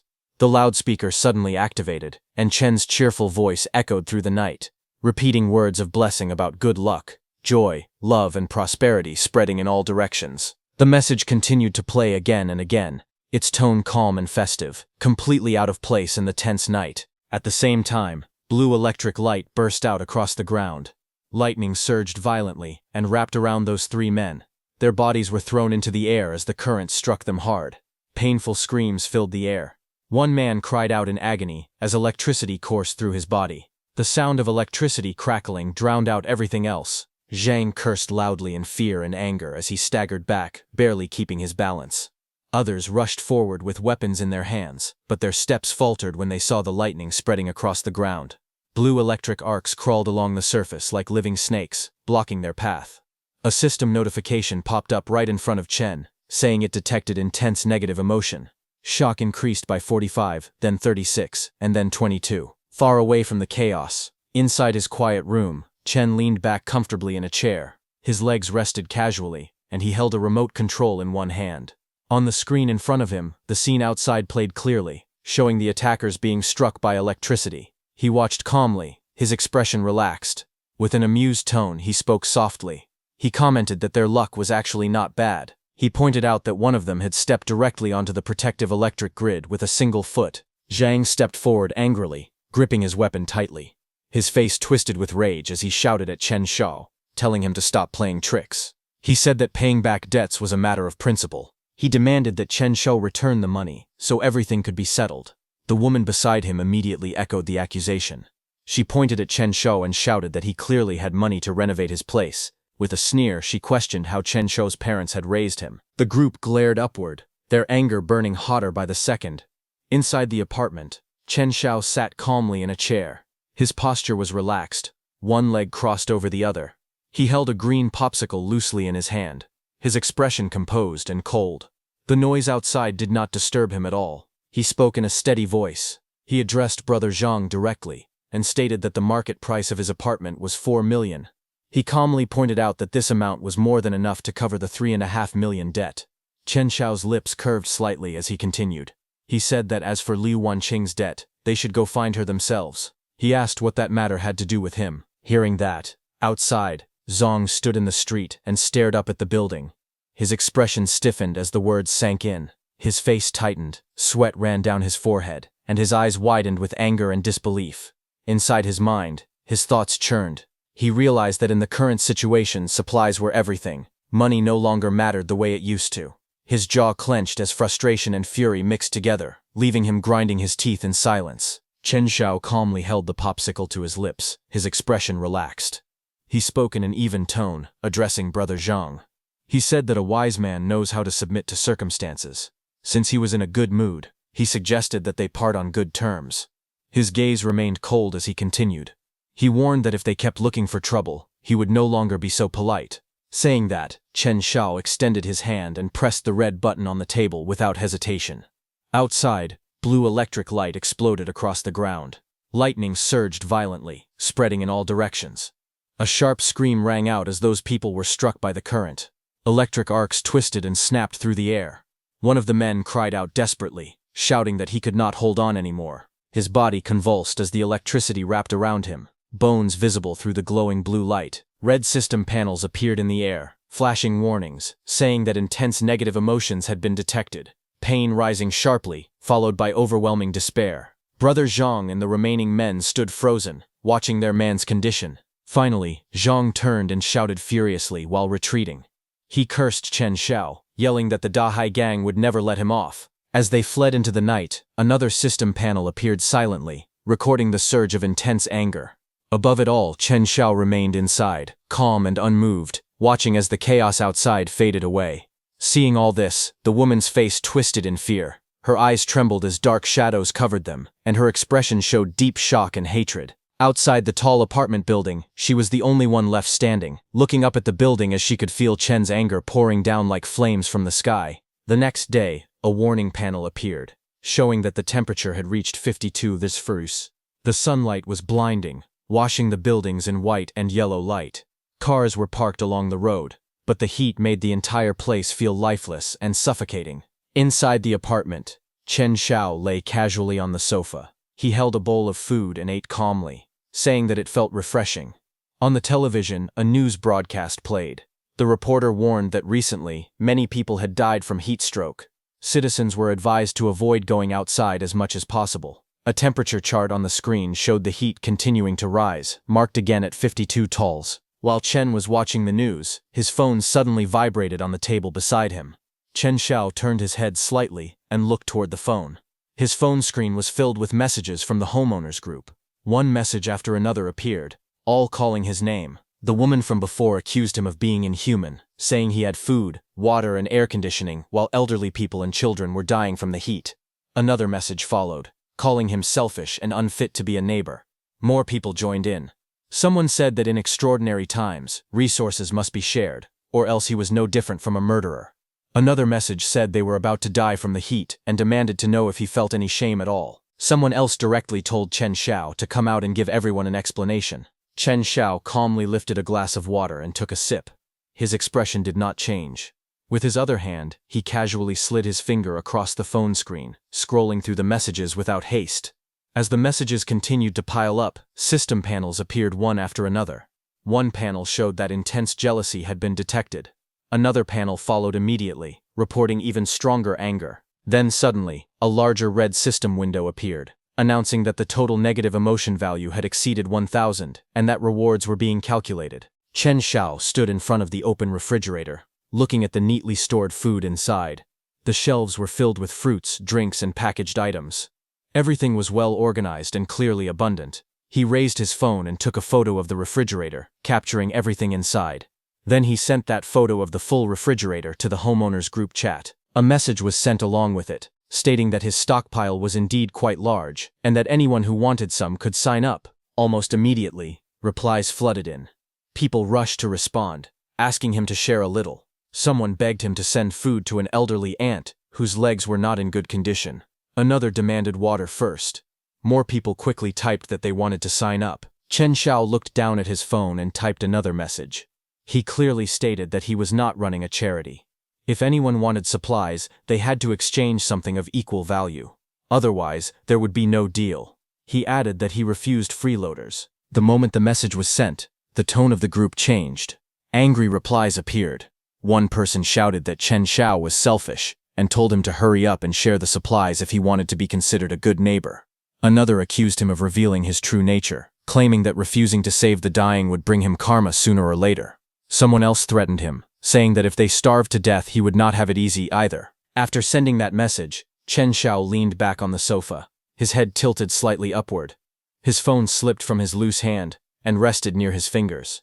An apple lay beside him on the table, untouched. But suddenly, his eyes opened. A sharp light flashed across his red pupils as he focused. His expression changed from calm to alert. A glowing system panel appeared in the air before him. The panel announced that the negative emotion value had reached 3,000. Another line followed, stating that a skill upgrade had been obtained. Spatial cut, beginner. A second panel appeared right after. It explained the effect of the skill. A microscopic rift could be created in the air, cutting anything it touched. The range was limited to within 3 meters. Chen Xiao sat up slightly and looked at the blue transparent panel floating in front of him. He quietly repeated the skill's name, testing the words in his mind. He then looked at the table. The apple sat still under the light. Chen Xiao raised his hand. His fingers spread as if gripping something invisible. A thin glowing line appeared in the air, sharp and silent. In the next moment, the apple was cleanly split in half. The cut was smooth, as if it had been sliced by an unseen blade. The two halves separated and fell apart neatly. Seeing that, Chen Xiao stood up, his movements light and controlled. His red eyes shone faintly as he looked at the result. A small smile formed on his face. To him, this was no longer just survival. Things had finally become interesting. At the same time, outside on the street, streetlights cast a warm yellow light onto the road.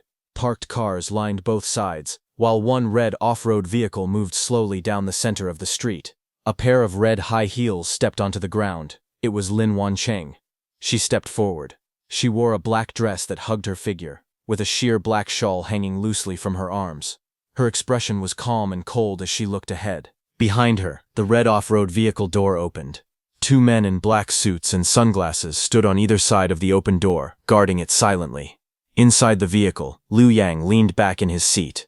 He held a cigar between his fingers, smoke curling into the air. His eyes were sharp and calculating as he watched from the shadows. He stepped out as Zhang appeared there. Liu Yang spoke, asking little Zhang if the Chen Sao they mentioned lived here. He asked while pointing at the building ahead. Zhang reported calmly to Liu Yang that Chen Sao lived in the innermost building. Liu Yang listened without changing his expression. Smoke drifted from his mouth as his eyes narrowed slightly. He suddenly grabbed Lin Wanqing's back, surprising her. She turned in shock and looked at him. Liu Yang turned toward her with a grin. Holding the cigar between his fingers, he spoke casually. He said that Chen Xiao used to be her man. He added that he was now leading a team to raid Chen Xiao's home and asked whether she would feel heartache about it. Lin Wanqing leaned closer to him. Her hand pressed against his chest as she looked up at his face. She spoke softly, calling him Brother Liu, and said that at this moment her heart only held him. Hearing that, Liu Yang laughed. His arm wrapped around her waist as he pulled her closer. Seeing that, Lin Wanqing's expression changed uncomfortably. She looked aside with a cold smile and spoke without hesitation. She said that Chen Xiao was nothing more than a useless piece of trash. Saying that, her eyes hardened. She tilted her head slightly and looked down, her voice turning sharp. She called out Chen Xiao's name and declared coldly that tonight would be his death date. While all this was happening, Liu Yang suddenly noticed some figures stepping out from the building entrance, their silhouettes stretching across the ground. Two residents rushed forward. It was Li Dafu and another man. Li Dafu pointed toward the building and shouted that they were homeowners in the complex. He asked if the group had come for Chen Xiao and said they were willing to help teach him a lesson.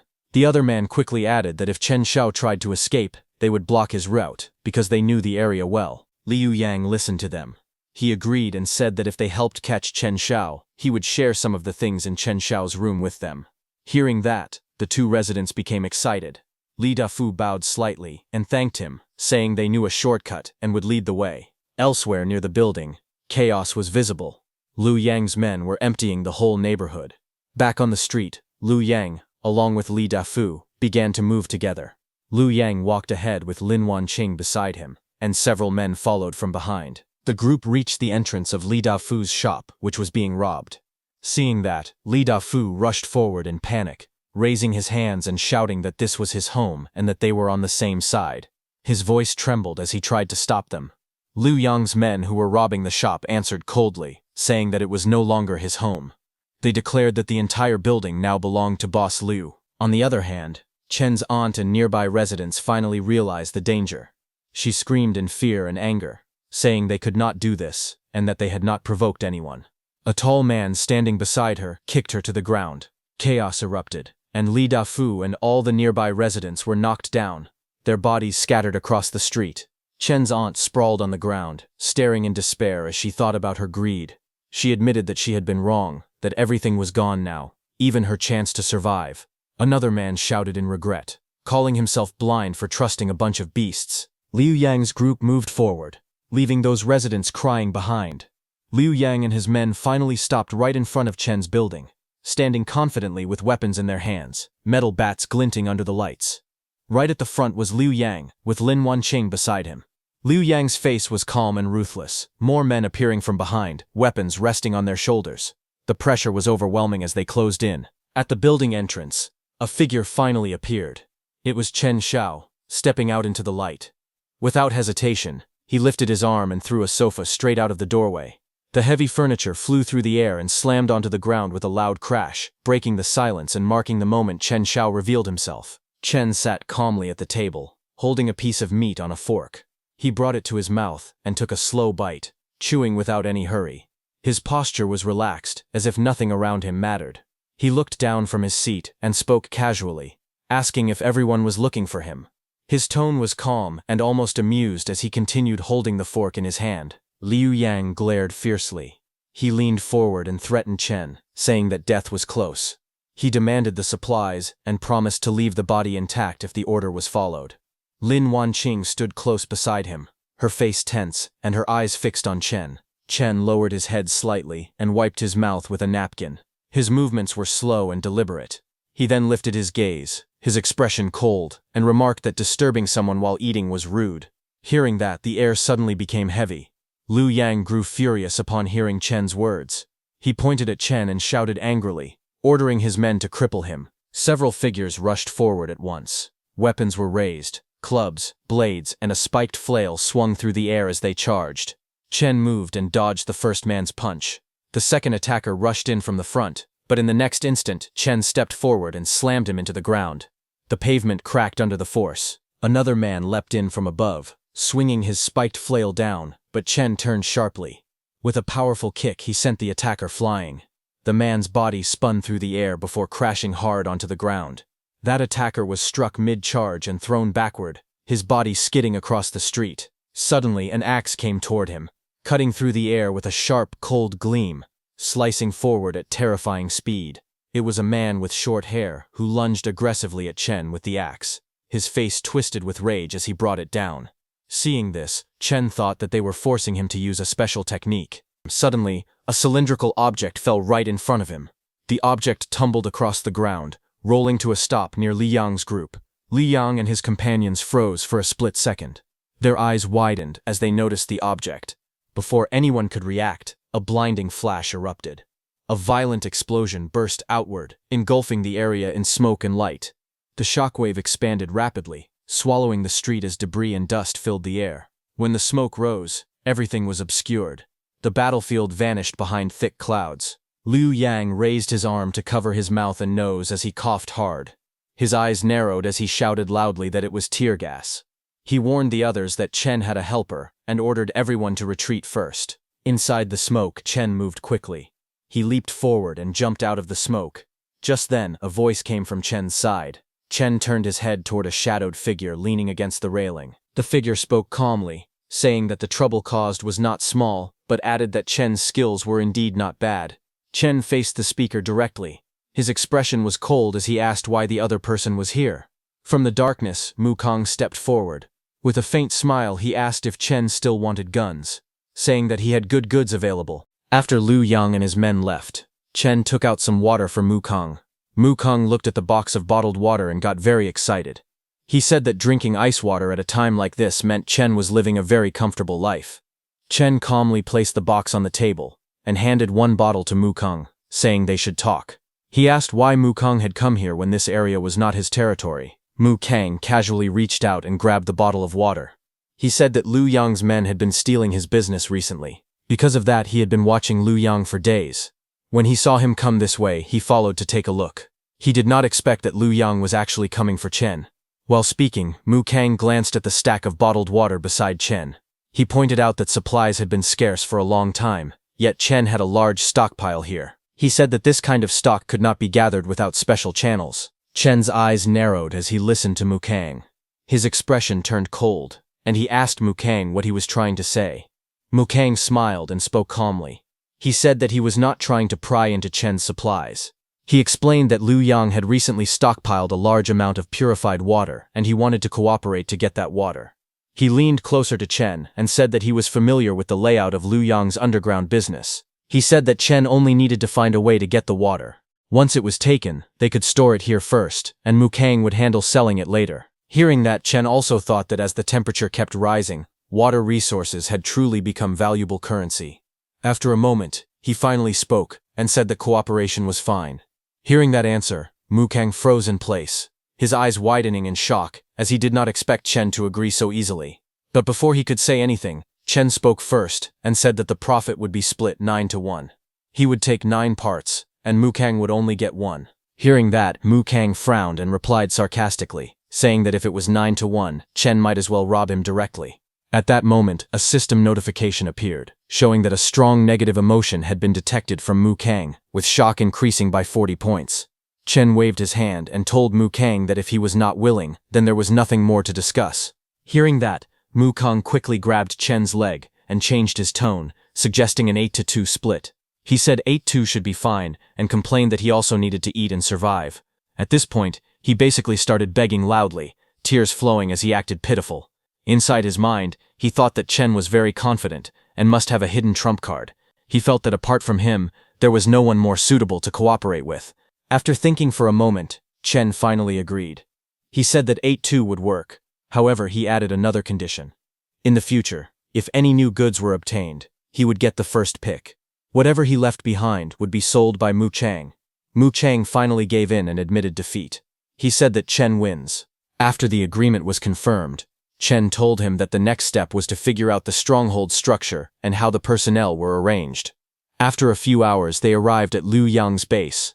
Pointing ahead, Mu Kong told Chen that the place ahead was Liu Yang's stronghold. The trading area was located at the front. People who lacked water either paid money for it or exchanged other items. Inside the stronghold, several armed men patrolled the area with weapons in their hands. There were also many women who had been captured. They were forced to provide so-called special services for the upper management. One woman in a red dress was brought forward while men surrounded her, watching closely. It was Lin Wancheng. She stood alone in the factory area, covering herself as many men looked at her with lust in their eyes. Fear was clear in her eyes as the lights from the machinery glowed behind her. Mu Kong then pointed to the back area of the compound. A large water storage tank stood in the open space. Mu Kong told Chen that the water storage area was located in the back, but the exact position was still unclear. After hearing all that, Chen explained the plan calmly. He said he would sneak inside first to investigate. He told Mu Kong that once the signal appeared, he should create chaos at the perimeter to draw away the main guards. Hearing this, Mu Kong was shocked.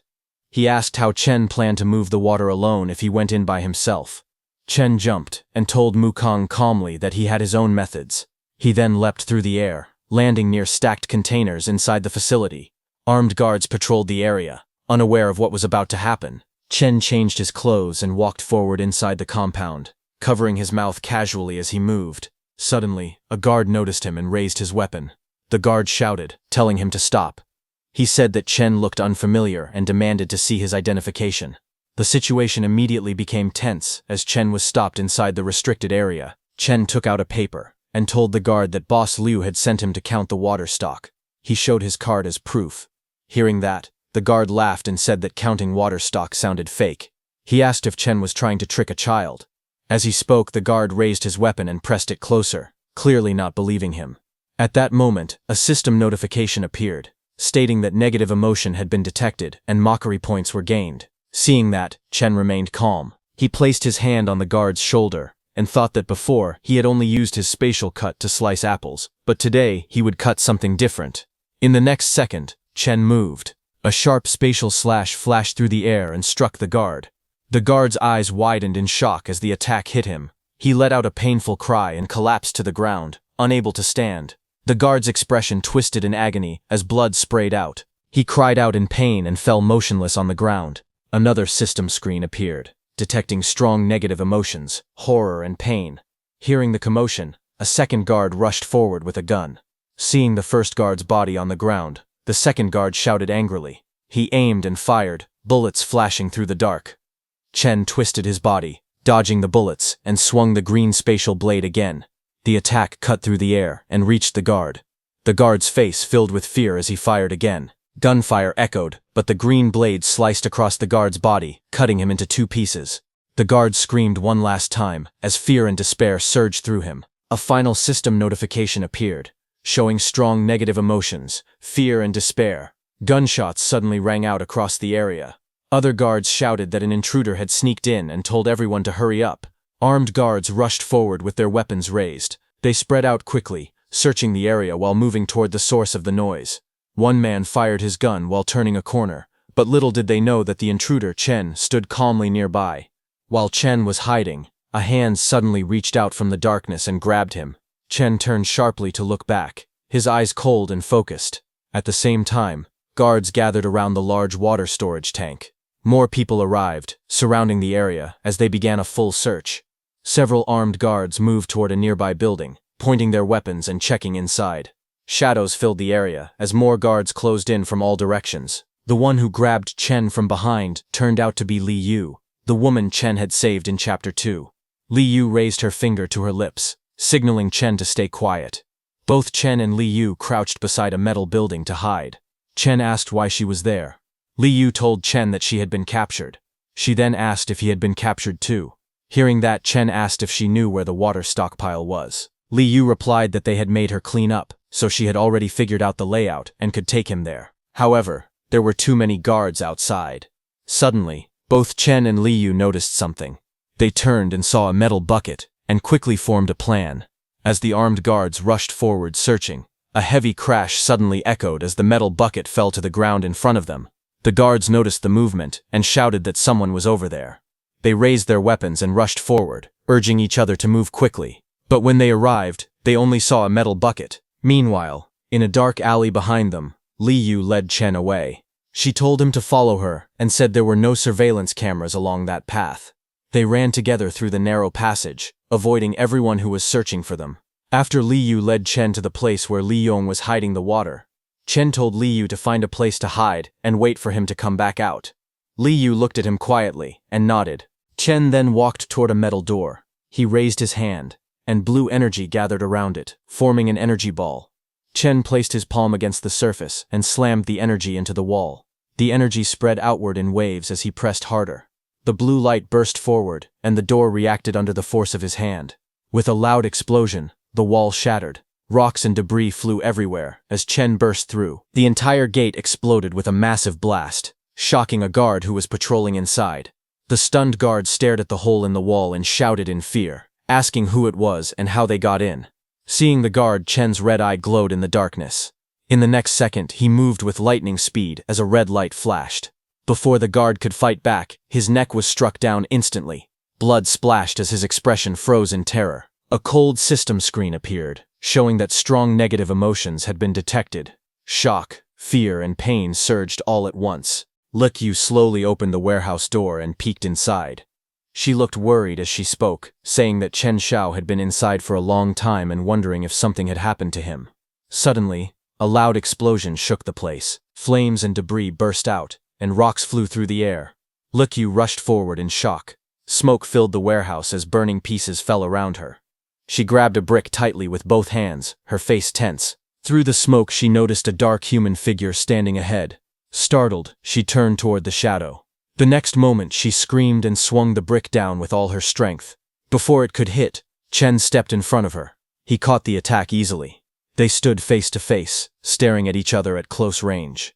Chen spoke calmly, saying it was handled and that they should leave. He walked forward without hesitation, while Li Yu followed behind him, still shaken. After coming out of the warehouse, Chen took out the gun he bought from Mu Kang. He raised the gun, and a shot was fired straight into the sky.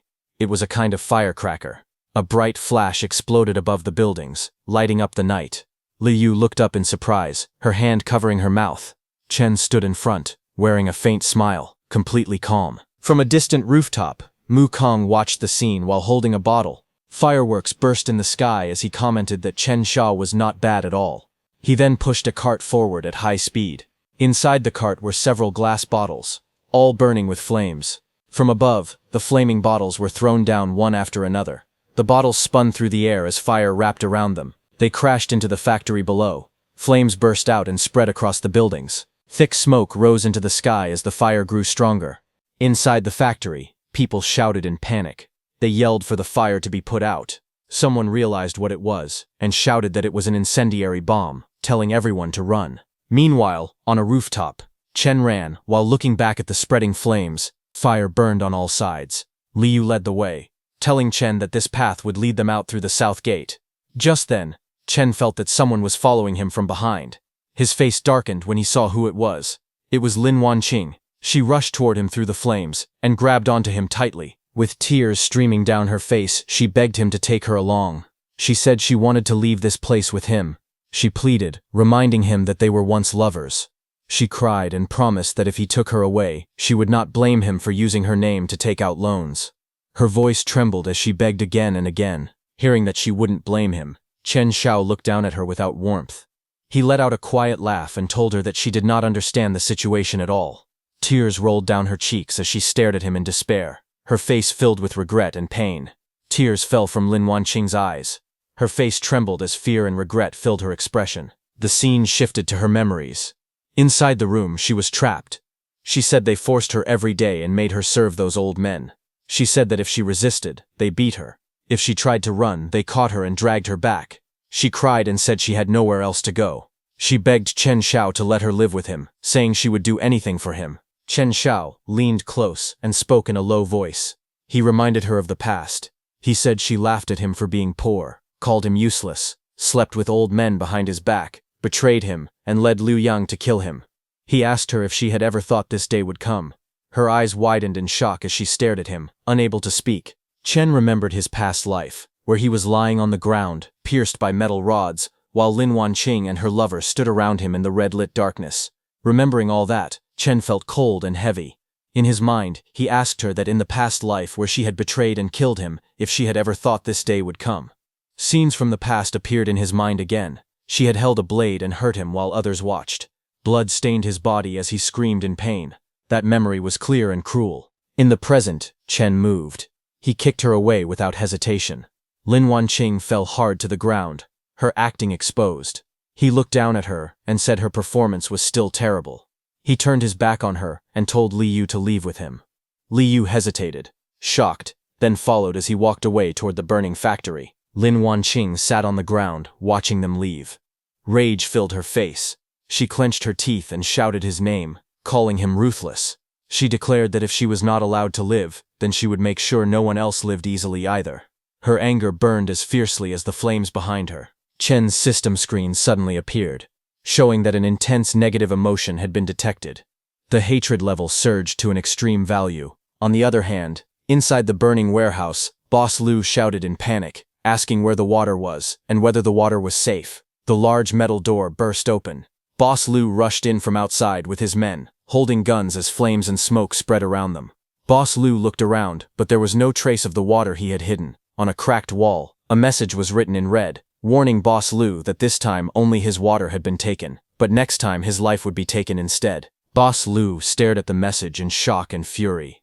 Veins bulged on his face as he shouted, demanding to know who had done this. A system screen suddenly appeared, showing that an intense negative emotion had been detected. The hatred level rose extremely high. Just then, Lu Wanqing collapsed on the ground in front of him, crying. She said it was Chen Xiao. She claimed she tried to stop him, but he injured her and insulted Boss Lu. She got close to Boss Lu and continued speaking, saying that Chen Xiao called him trash and said he was unworthy of owning these resources.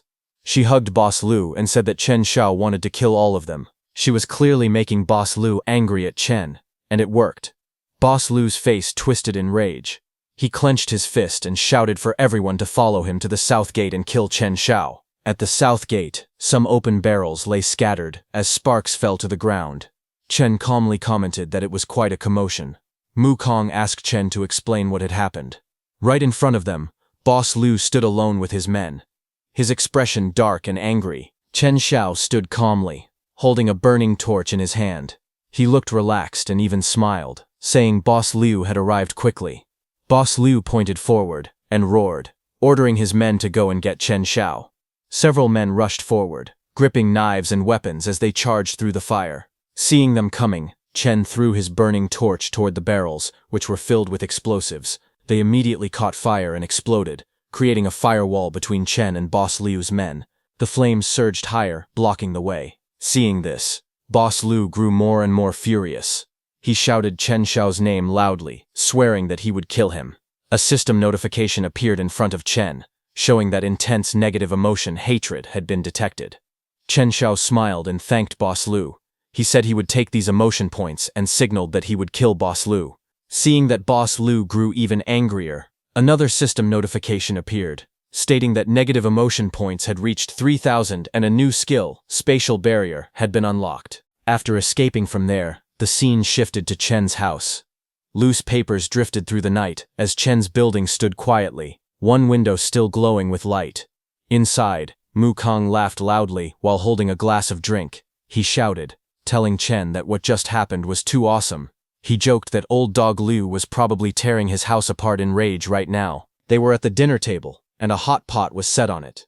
Meat slices, vegetables, and bottles were neatly arranged. 3 people, Chen, Mu Kang, and Li Yu sat together, eating as if nothing serious had happened. Li Yu looked at Chen Xiao while serving food. She thanked him sincerely. She said that if it were not for him, she did not know how much longer she would have been trapped in that terrible situation. Chen Xiao looked at her calmly and replied that they were old classmates, so there was no need to be so polite. Liu lowered her eyes and spoke softly. She said it was not just about manners. She said Chen Xiao made her feel that there were still people in this world worth trusting. Hearing that, Mu Kang smiled and teased them. He said the hero saves the beauty move was very impressive. Then he leaned closer to Chen Xiao and asked him directly how he did it. He pointed at the water bottles around them and asked if emptying the entire reservoir alone was some kind of magic. The view widened, revealing countless large water bottles stacked everywhere. The scale was shocking. Chen Xiao answered calmly. He said he had his own ways. He then told Mu Kang to focus on thinking about how to safely sell such a huge amount of water. Hearing that, Mu Kang got shocked, completely stunned by what he was hearing, as he had completely forgotten about this. Chen then turned to Li Yu and asked her another question. He asked why there was no news about her after junior high graduation.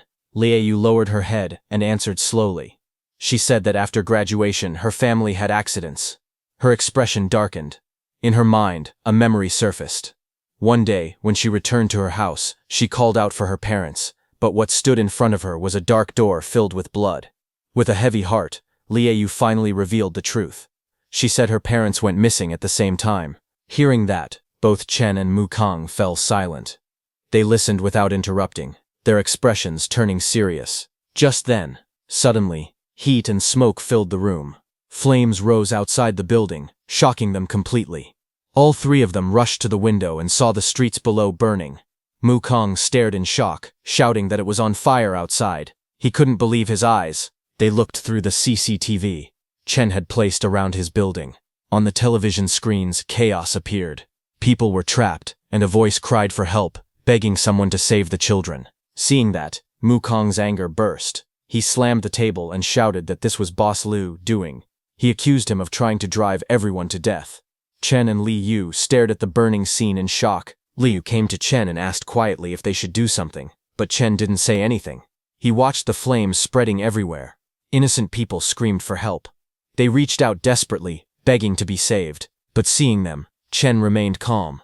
He realized that Boss Liu was trying to use morality and innocent lives to force him out, but Chen was no longer the same person from his past life, the kind fool who would sacrifice himself for others. Outside, Boss Liu shouted angrily. He called out Chen Xiao's name and threatened that if Chen Xiao did not come out, he would burn the entire area to ashes and see how long he could hide. One of Lu Haifeng's men praised him, saying the plan was wise. Even if the fire did not kill everyone, the smoke would. He said they should throw more fuel at the fire. Boss Liu stepped forward through the flames and mocked Chen, saying Chen Xiao was foolish to think he could fight him. He sneered and said this was only the beginning. The fire continued to spread, burning all the nearby buildings. Danger grew closer and closer as the fire continued to grow. Inside Chen's room, while watching the scene outside, Mu Kang panicked and warned Chen Xiao. He said they could not continue like this. The heat would spread inside. Even if they did not burn to death, they would be roasted alive or suffocate from the lack of oxygen. But Chen Xiao stood calmly in front of the computers. His expression did not change at all. Just a smile appeared on his face. In his heart, he thought that in a high-temperature apocalypse, it would be foolish not to install the highest-level fire protection system in a safe house. He slowly raised his hand and pressed a red button inside his system. Just as he pressed it, outside, a device on the building activated. A powerful stream burst out and sprayed forward like a cannon. The white force cut through the flames, pushing the fire back and suppressing it as it roared across the burning buildings.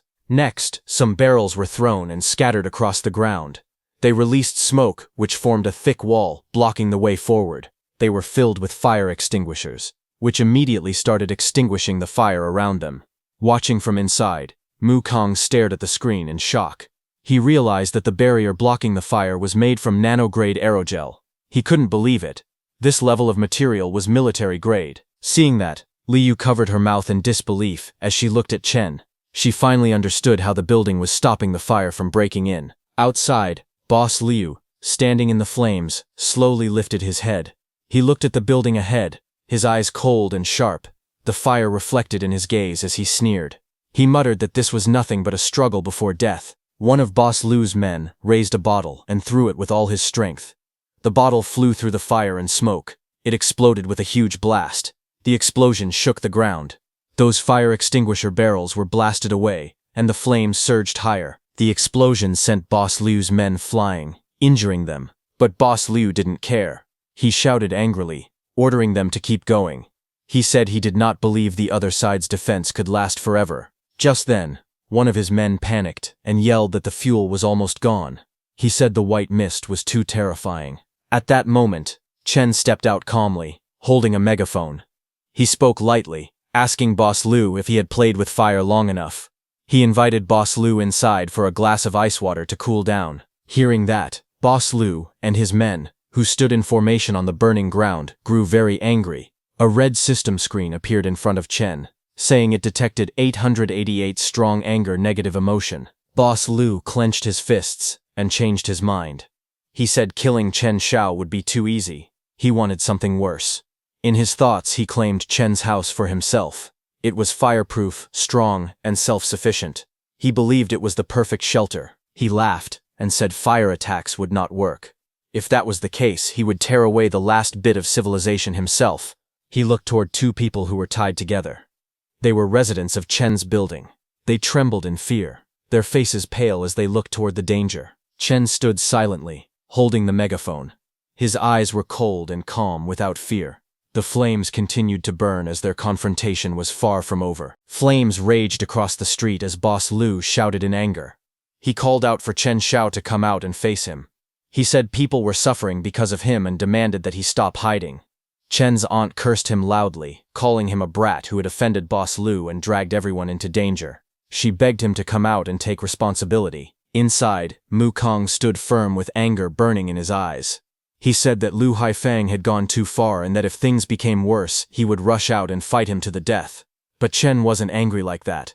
Even after seeing Boss Lu using other people's lives to blackmail him, he understood that in this cruel world, being soft-hearted was no different from choosing death. Outside, Boss Lu laughed coldly. He mocked Chen Xiao for hiding like a coward and threatened to start hurting others if he didn't come out.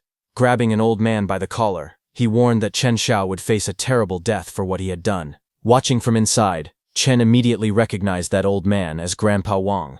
Seeing him, he remembered his past life. On the burning street, injured Chen had once lain on the ground. At that time, beside him, this Grandpa Wang had knelt and given Chen some water so he could survive. He told Chen that as long as he stayed alive, there would always be hope. Remembering the past where Grandpa Wang helped him, Chen decided to do the same thing. He told Mu Kang to stay inside and protect Yu. He said he would go and settle the score with Boss Lu himself. Yu Atra looked at him with worry, but he had already made his decision. He stepped forward without hesitation. He opened his door and stepped outside. Flames spread across the street as smoke filled the air. Chen walked through the burning surroundings and spoke loudly, telling Boss Lu that the grudge was between him and Chen alone. It had nothing to do with anyone else. In the distance, Boss Lu held Grandpa Wang hostage and mocked Chen. He sneered and asked if Chen Xiao had finally come out of hiding. He laughed and said that if Chen Xiao wanted to play the hero, he should first pay back the money, hand over the water, and then leave his life behind. Only then might he consider letting the others go.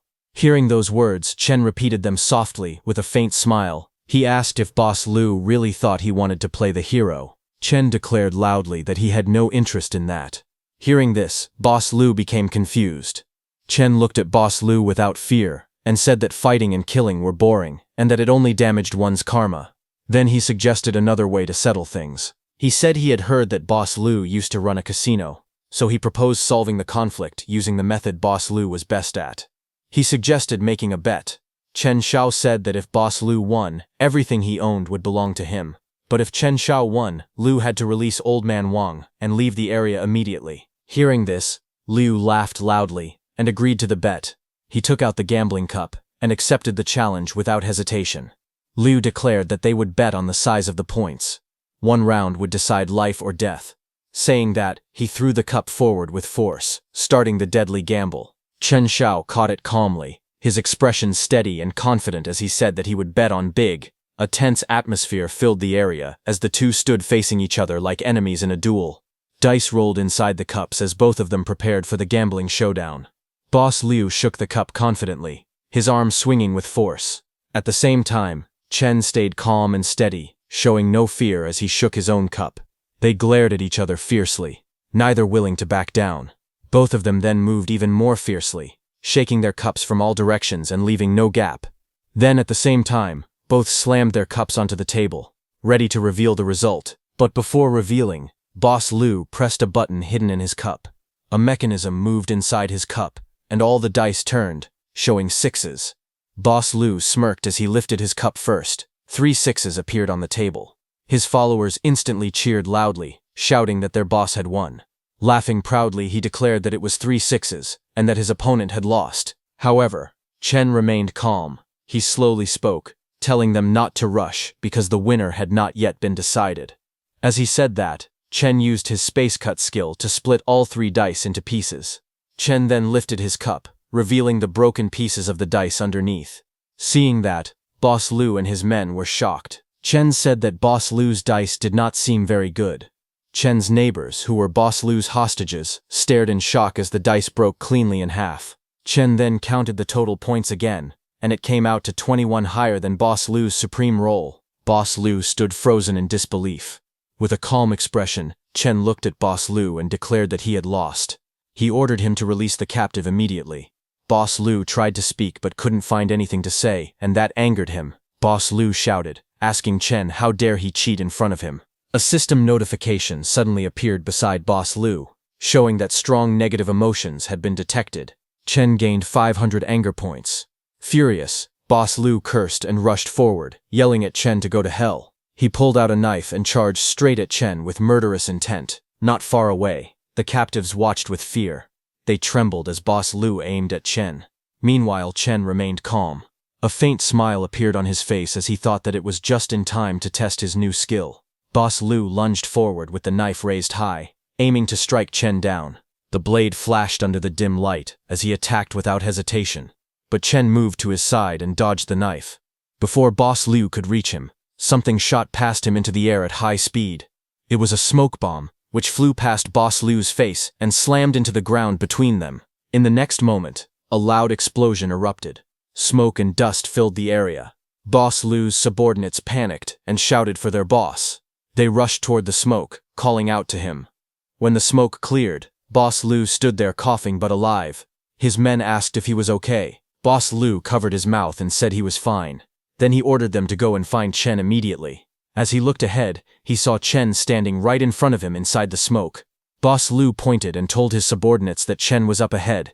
Immediately, his men aimed their guns and began firing into the thick smoke.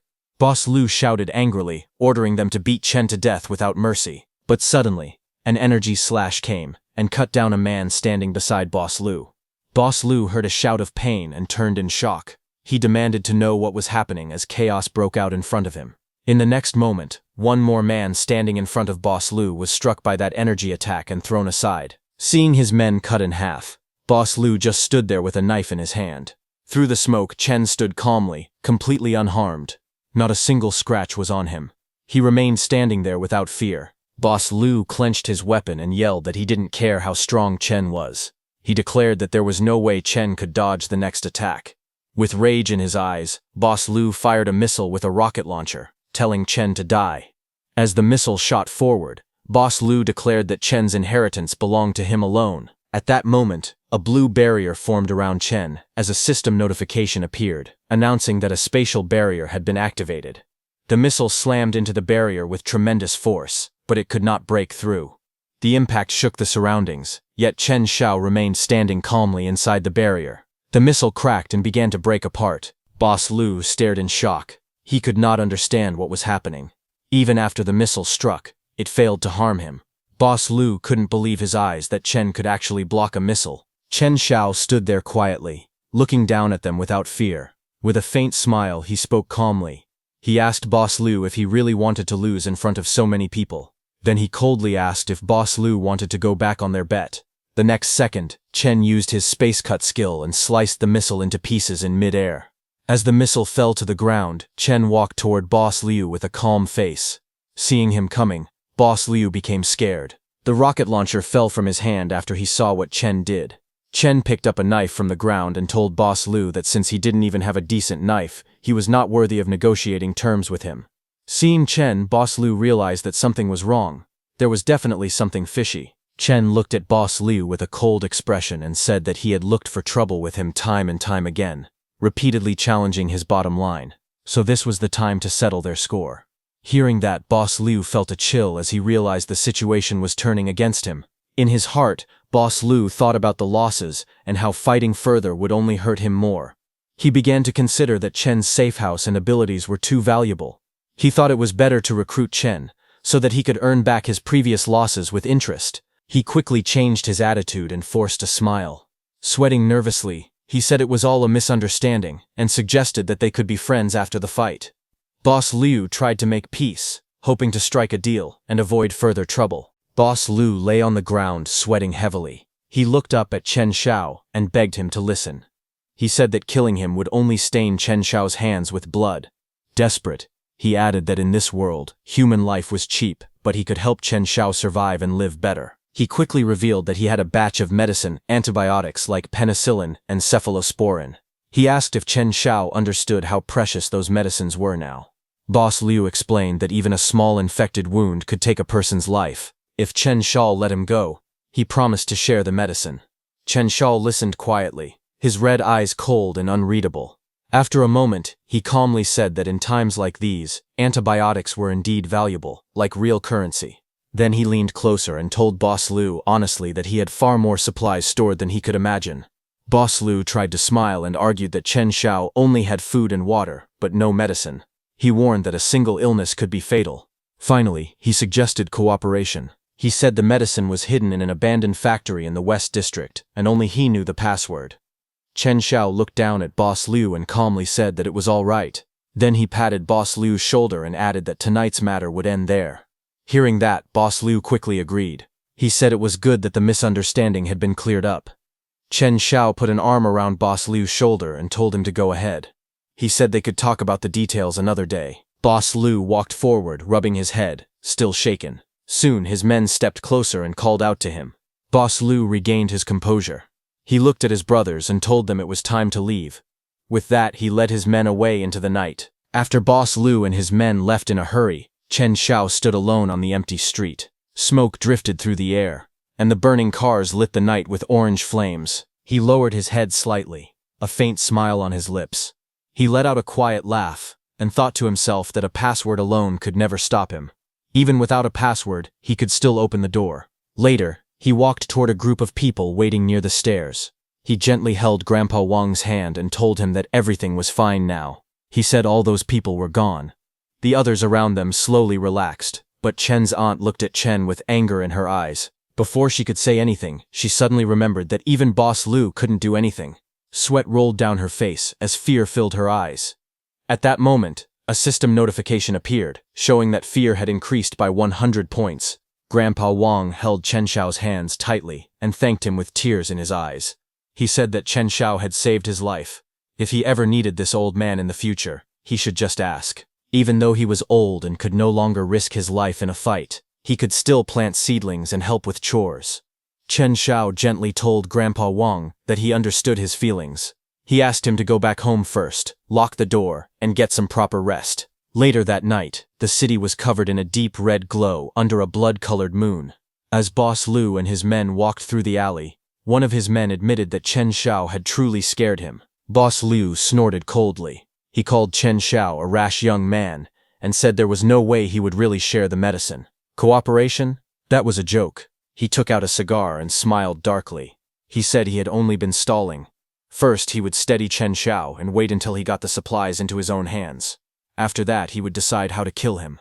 In his eyes, Chen Xiao was still too inexperienced to fight him. Hearing that, one of the men grinned and praised Boss Liu, saying that the boss was truly wise. He mocked Chen Xiao for daring to fight against him, and said he doubted Chen Xiao would survive more than 3 days. Boss Liu's expression slowly turned serious. He admitted that something about Chen Xiao felt wrong. Even artillery shells had not been able to get close to him. That alone proved Chen Xiao was not ordinary.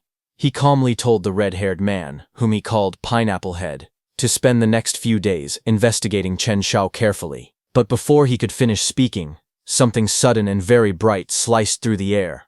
A strange force struck Boss Lu's neck without warning. Blood burst from his neck as his eyes widened in shock. The cigar slipped from his hand.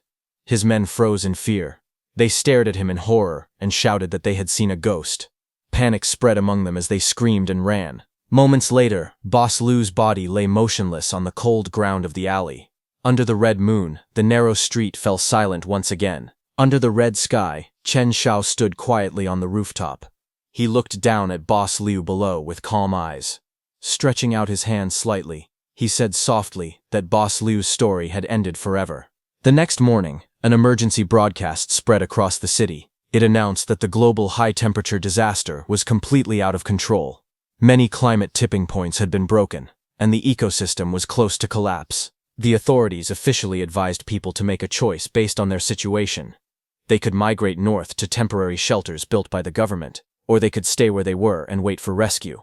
The broadcast repeated that this was not a drill. Standing in front of the window, Chen Xiao listened silently.